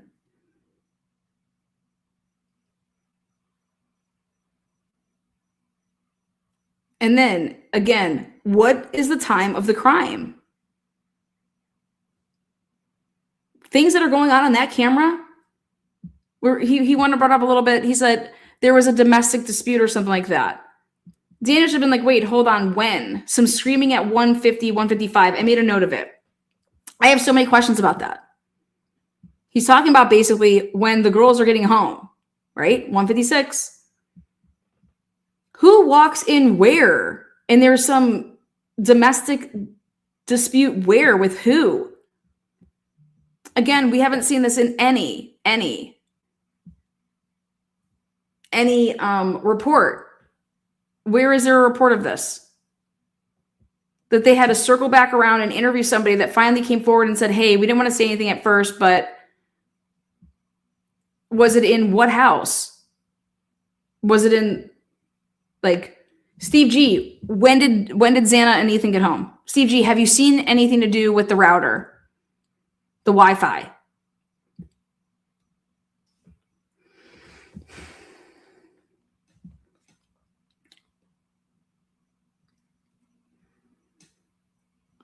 Okay. Ready for this? Same person says, he's an idiot. What about that $1 million GoFundMe that they kept? You guys, what the fuck are you talking about? There is no $1 million GoFundMe. So, like, you say all of this stuff in the same post, right? And then you end with that shit. And then that just deflates everything that you just would have wrote with that most ridiculous statement, which is, what about that $1 million GoFundMe they kept? My God.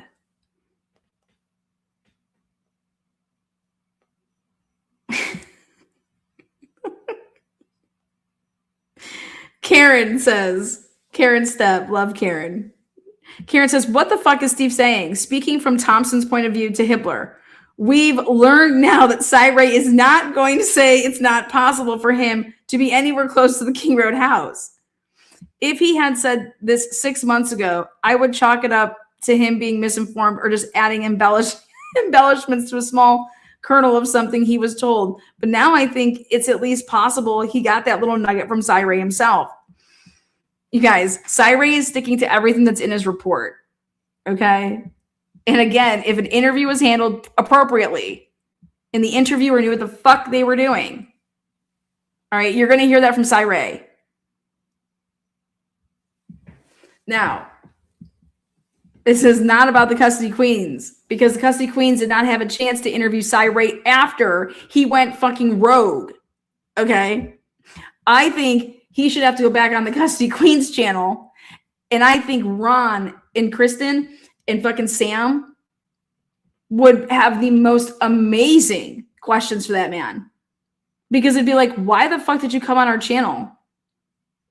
To then do an interview. Like, listen to me. To do an interview a week or 2 weeks later, right? Claiming all of this other shit. Like, what the fuck is going on, right? Because we only want to talk about your report, right? There's supposed to be rules, and we're only supposed to be talking about your report. Well, nothing that you talked about on Brian Anton was in your report. And when you interviewed with us, are you saying from the time that you interviewed with us to Brian Anton in 2 weeks, that that's when you did all of this new investigating into the material? Because why would you ever come on our channel and say the things that you said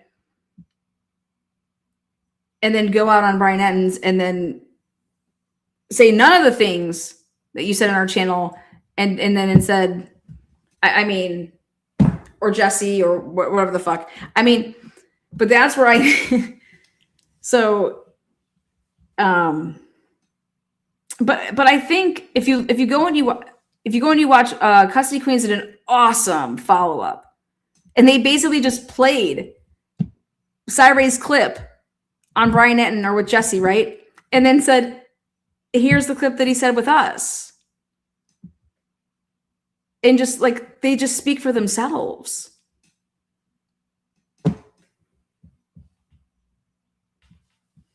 You know?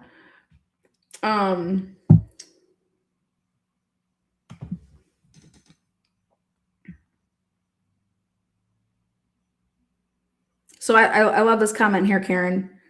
I said after Ray's media blitz, but apparently it bears repeating. Ray's mouth is writing Colbert's PCR petition. God's work on tracking the phone fuckery. Thanks, Lana.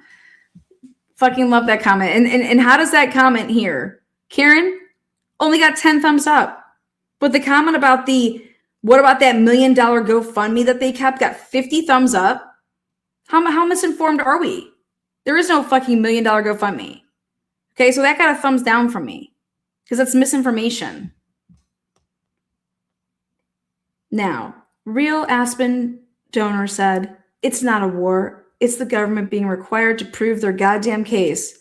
I couldn't fucking heart that more if I tried. It only has 7 thumbs up.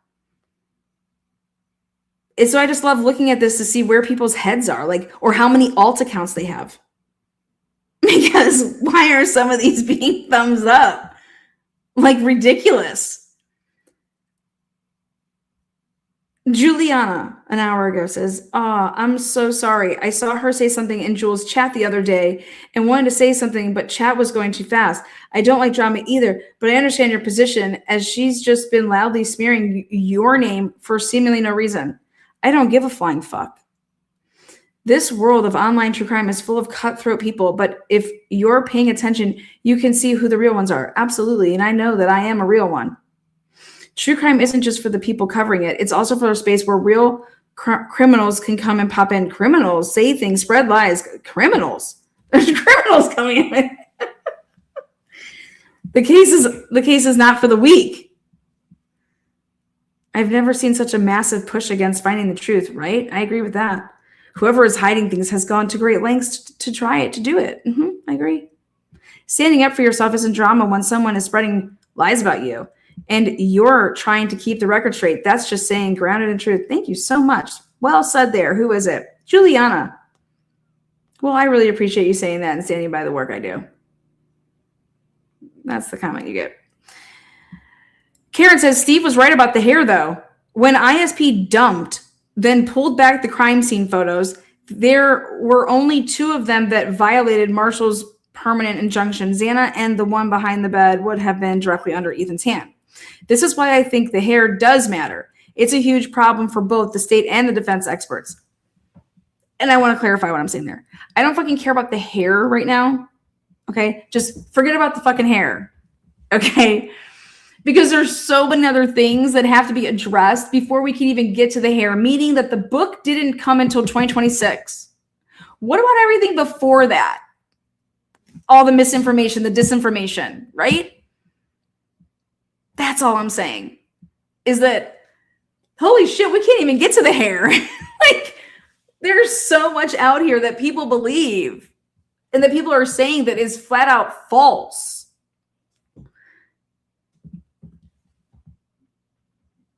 And this is false information too. To say, like, why won't they come on your show? I've never asked them to come on my show. I just told you guys today, I put in my first formal request for them to come on my show. Okay?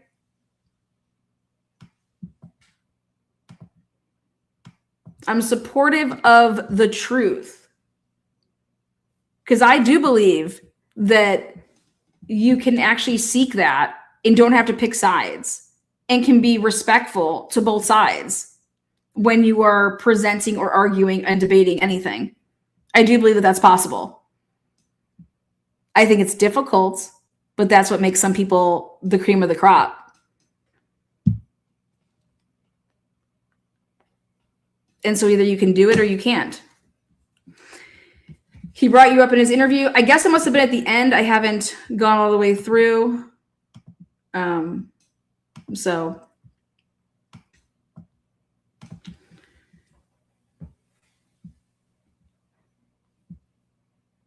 think about it. In any case, you have experts that are on both sides. And if you can show a situation that, yeah, this, and this can also be looked at as like this, right? But guys,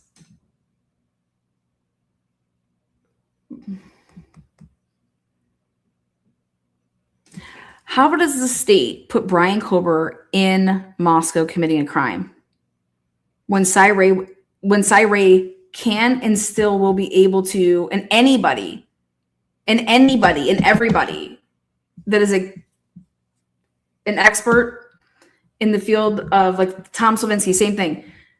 You're breaking the chain.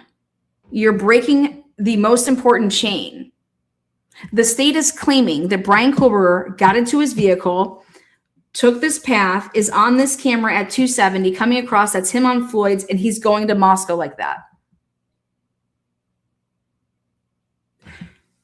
The jury, you're going to tell the jury that you're going to hold them to that.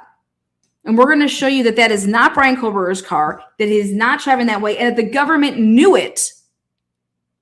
The government knew it in November, December of 2022. And that even though they knew that it wasn't his phone and the car moving in concert together, they lied.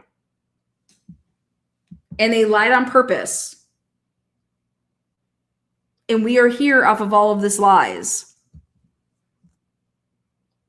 And so in this day and age, with cell phones and circumstantial evidence, you and moving the time of the crime to fit your narrative, you can literally say that a lot of people could commit crimes that didn't off of circumstantial evidence. So, but when the jury is showed the evidence and the state is going to say their case, because they're not going to go back on that, right? Because the state has to explain how Bryan Kohberger committed the crimes, and Bryan Kohberger committed the crimes by getting in a vehicle, his white Elantra, and driving and going 270. And that the phone and the car were moving in concert, and that he shut it off, right? And that here he is. Oh, Floyd's camera has him. And did you see in this interview? And I was just like blown away that Steve Gonsalves didn't want to speak up on that and say, actually, no, I don't think that that's his car. But he didn't. He stayed silent. Standards over silence. He stayed silent. Bryan Kohberger did not go that way. And there's evidence of it. There's actual digital evidence. And then there's Bryan Kohberger's vehicle does not have fog lights. And so once you show that to the jury, what happens then?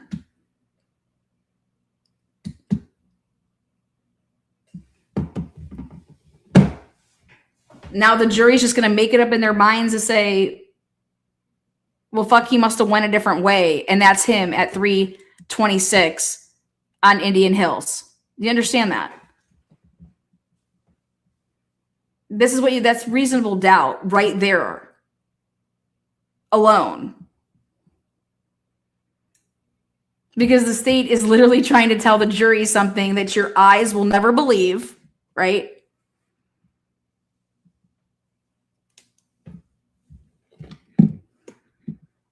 And then when the jury hears, and it's going to be, well, how did they get to Bryan Kohberger, right? Oh, it was just some tip, just some name. What?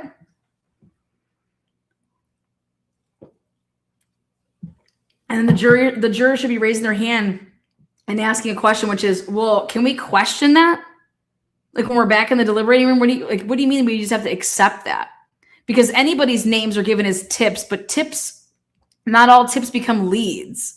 So Bryan Kohberger's name given as a tip, how to get into the section of, okay, this is a lead that we want to keep digging into. But do you know how much that would require a juror to know, and they get so scared? I mean, and so it was like, you would need to,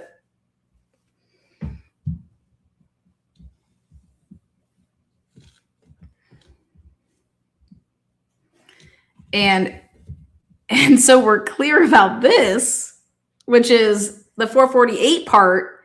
You guys, if this crime happened and took place from 2:54 a.m. until the barking stops at 4:48, 4:49, that's the time frame.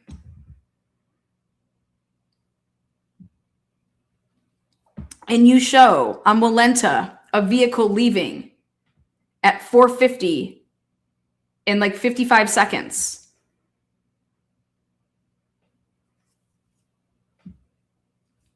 From that area, from back behind. And you show a vehicle leaving. And you show the jury that this crime began at 2:54 and it was over with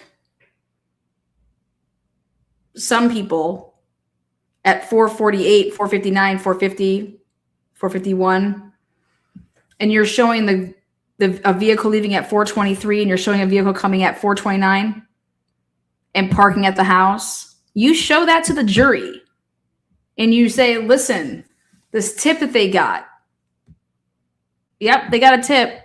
Oh, he had a white car. Oh, but that was the police claiming that car. It wasn't important to them. When it became important to them was when they got this tip, then that white car becomes important again. But it wasn't important when they wanted to point the finger at this person, at this person, at this person. Like, that's what you're showing the jury. And then you're going to point and show that they lied about whose vehicle it was leaving at 4:23 and 24 seconds, okay? That the police went out of their way to assign that vehicle to somebody instead of actually investigating on who truly it was.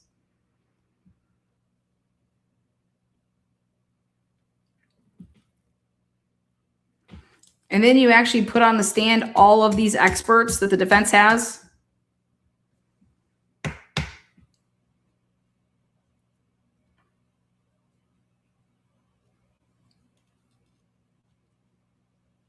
Then you show what I'm about to show you guys tonight about one of the surviving roommates. These superficial wounds that are in the necks of Kaylee and Maddie upstairs that people just want to forget about. That's not something that you can make when you're standing behind somebody and like slicing somebody like that. And like, no, it's precision, like over them while they're laying with a very fine.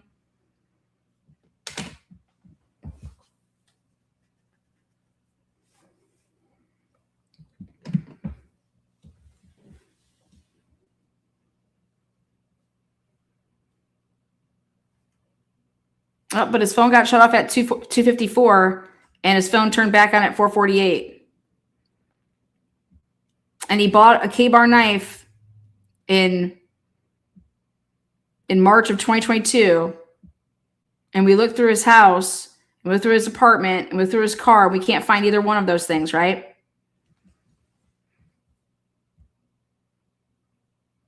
Yep. And we have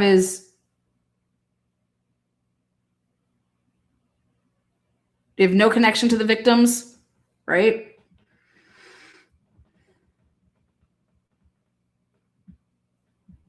We have a 911 call that waits 9 hours to be made. You can think and you can believe that Brian Colbert killed all 4 of those students. There's not a doubt about that. You can believe that. But can you believe that beyond a reasonable doubt? And the answer to that is no. There's more reasonable doubt in this case, again, than there was in the Karen Reed case.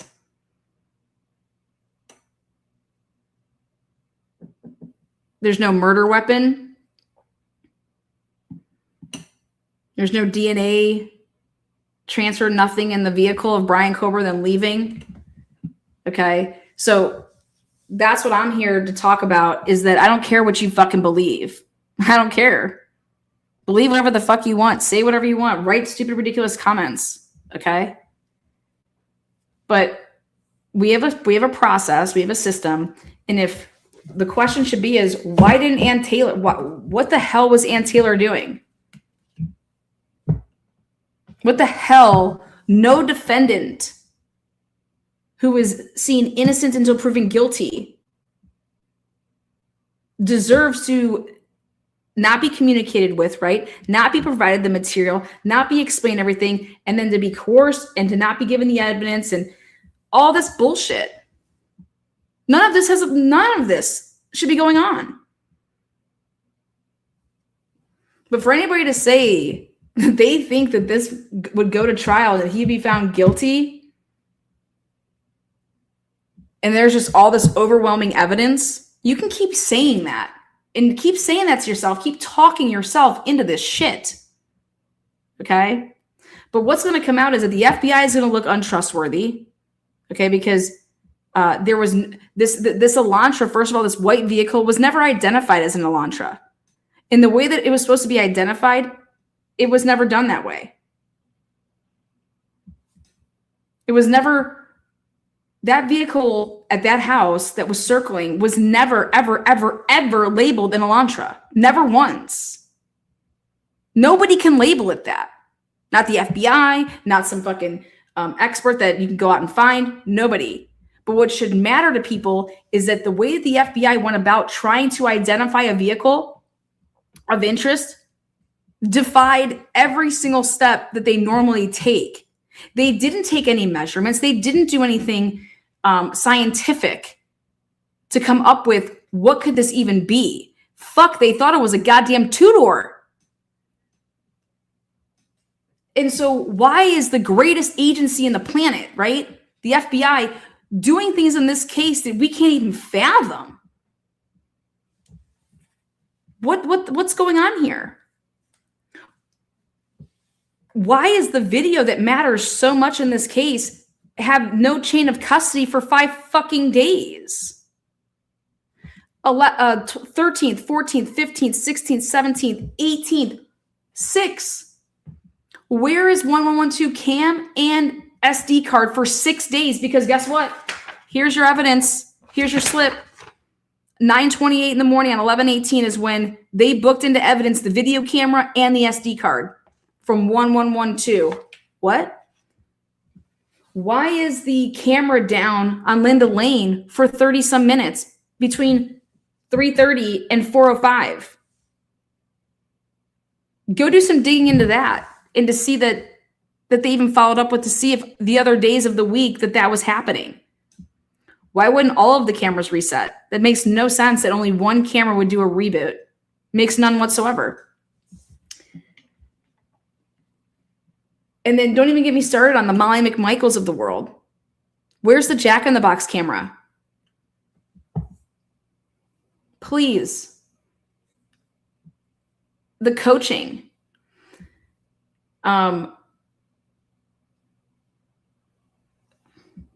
There were so many things in this case that were strategic, that needed to be considered strategic plays. And so who was Ann Taylor talking about all of that with? For example, if you go and you look at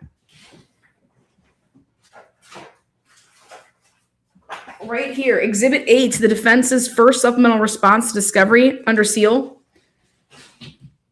Ann Taylor says, investigative materials, Investigator Batante's reports 1, 2, 3, and 4. What are those? Investigator Janiquin, I don't know her name, scene photos. Investigator interviews with WSU employees from 423, four of them. There's Investigator Trinkle report with Duff. Do you guys know that D is with Duff? That means that she sent one of her own people to interview none other than DD. The woman, the girl in the Queen Road Apartments who the police tried to do what? Say that she was the 423 car. Right here, one of the first things that Ann Taylor gave as discovery over to, so Ann Taylor's team, Investigator Trinkle report with Duff. They interviewed her. That's the not cat petter. She is the person that was supposed to be at work, and the police try to say, oh, didn't you come home to, check on your cats and shit? And try to get her to say that she came home from work for a little bit. Yeah. Next, investigator on Ann Taylor's team, property and evidence photos and reports from 1/10/2023. Investigator photos, documents from apartment. Now, these are the interviews that they want to tell people that were important to them. Payne with Maisie Chapin. Payne with Molly. They put Molly McDaniels. I have a problem that the defense does not know her last name. Jason House with Bailey Briggs. Do you guys know who that is? House with Blaker and Jock. I think that's an AI mistake. House, there's a second folder, and that his name is Jason House. Jason House with the third folder. We haven't gotten to that yet. We haven't gotten to the house with Blaker and Jock. House's car backseat camera. We haven't gotten to that. They were going to use a 911 call. They were heavily going to be focusing on Dylan Morrison's interview on 12/30/2022. You want to know why? Because she pointed the finger at Jack Showalter. And yet that should have even been a person on her radar because Jack Showalter, right, is short, right? Then she says, where's the Jake Schreiger interview? We have never heard, right? We have two things with Connor Chestnut. I haven't heard any of those. Then there is another interview with Dylan Morrison that is not dated.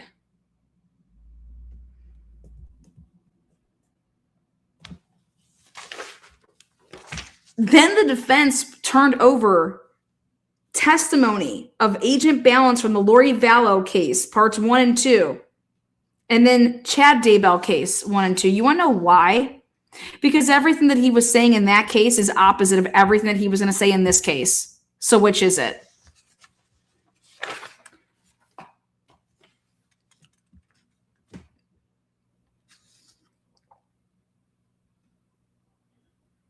Ann Taylor provided the materials from the defense expert Cy Ray, the drive test data. That's what I'm going for next. 2 zip folders and 9 files.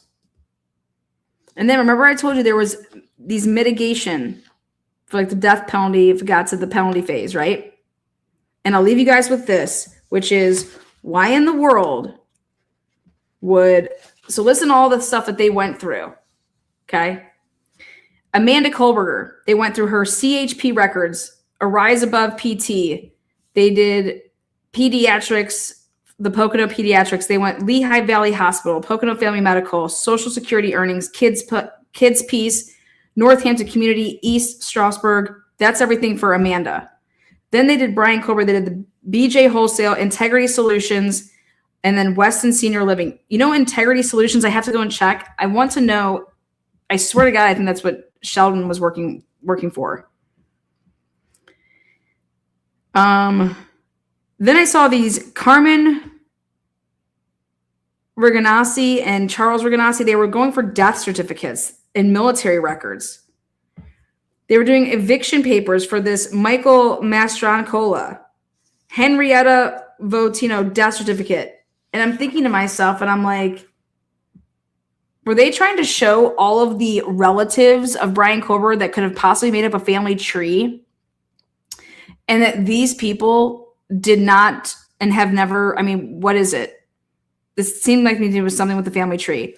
Louis Kohlberger death certificate, Madeline death certificate, New York Department of Health, Marie Armandeo death certificate, Marianne Kohlberger St. Joseph School record, and her college transcript, Lehigh Family Medicine, Lehigh Valley, Lehigh Family Medicine, CVS pharmacy records, Brooklyn Methodist Hospital records, Social Security, Pleasant Valley School District, car accident records, court file. I mean, I was going through all of this shit. Michael Kohlberger, Sr.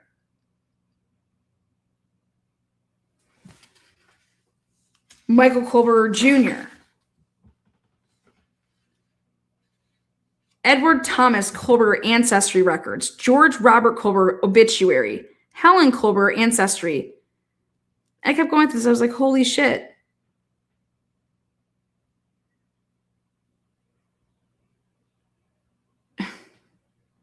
Photographs taken by defense investigator Batanti.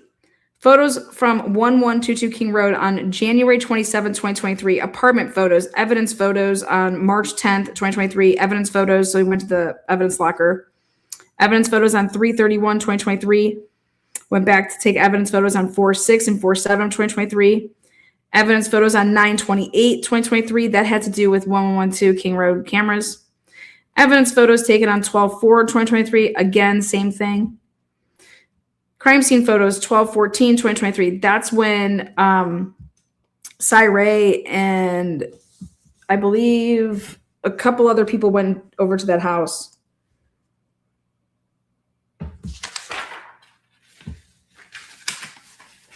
But when you look at this, and you see that Ann Taylor interviewed D. Duff, Devory Duff, whatever the heck her name was, I think people should be really interested in that.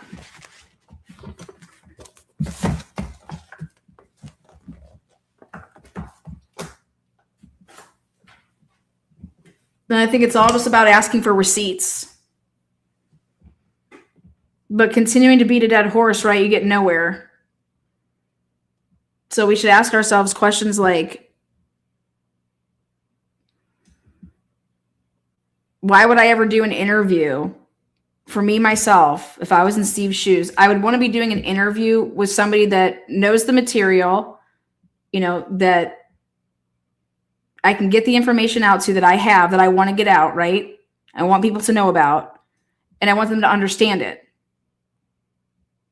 And that's just what I see a little lack of, is that's hard for people to understand stuff when it's not being, you know, broken down. And if basically Brent Turvey, when he's coming out and he's saying stuff, same thing with Cyree, right? They were provided discovery material that they were speaking about, from why they feel something is coming from a piece of material from the discovery. If anybody disagrees with that, okay, state why. But Steve doesn't have the discovery, right? So what is he speaking from?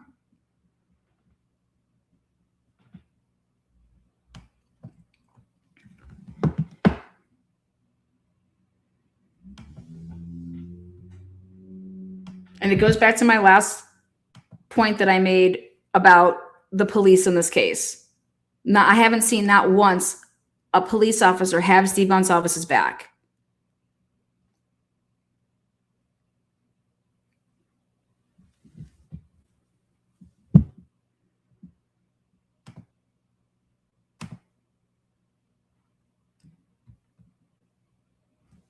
Who does Steve feel that has his back? You think that Bill Thompson has his back?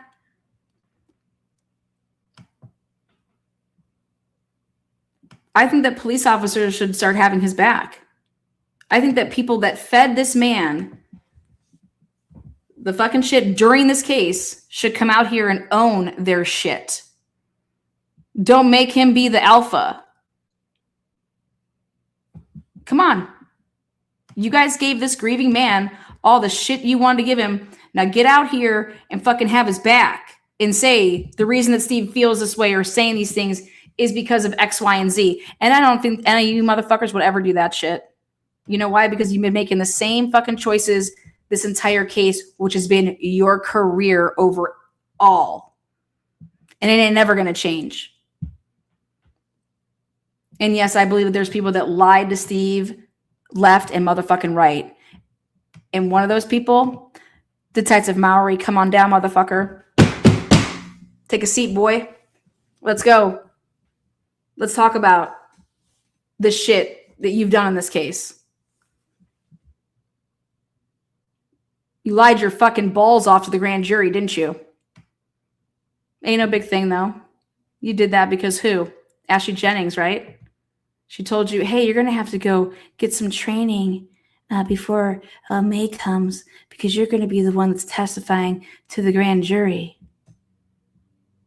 Mm-hmm.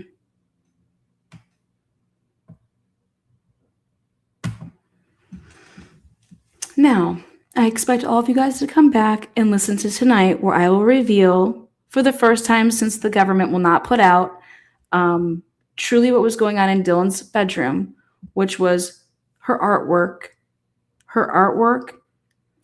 And when I reveal this artwork, how anybody that's a detective could ever walk into the room of Dylan Mortensen and see the artwork in her bedroom, very specific piece, and not say to themselves, WTF, after seeing the autopsy photos and after seeing crime scene photos of the girls upstairs. You'd want to ask Dylan questions like, All the artwork in your room, where's that from? What's that for? Did you draw that? Did somebody else draw it? Is it a gift for you? I mean, where did all of this shit come? Are these little like storyboards that you guys have for like, you know, confidence builders? Like what is this from? Where is the stuff that's on her walls? Did she draw this stuff? Did she find these pictures? Did she cut them out? Did she put them? Where is it from? Right? I didn't hear any questions about that when I've listened to every single Dylan Mortensen interview. All right, guys, we'll see you back here tonight. We will be live at 8 p.m. Eastern Standard Time, 8 p.m. It'll be a quick live. It'll be about 30 minutes because I'm just dropping the bombshell information. And then you guys can use the comment section of the video to tell me what you guys think, what you guys see. Be back here, 8 p.m. Eastern Standard Time. And again, this is me saying thank you to everybody who commented on my last video. And I made this specific live because of the comment section, and I thought it was very important to address that this channel will handle things in a very specific way because I think 5 to 10 steps ahead.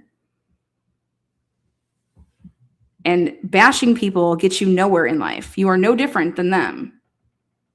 It does not mean because we don't bash, does not mean that we, Lana just doesn't care about that. No. Lana doesn't have fucking time for that. That's ridiculous. And doesn't condone that shit.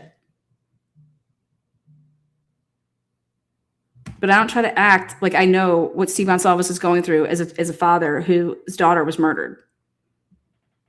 And I hope I'm never, ever, ever in that position. And so I want to keep it about the facts.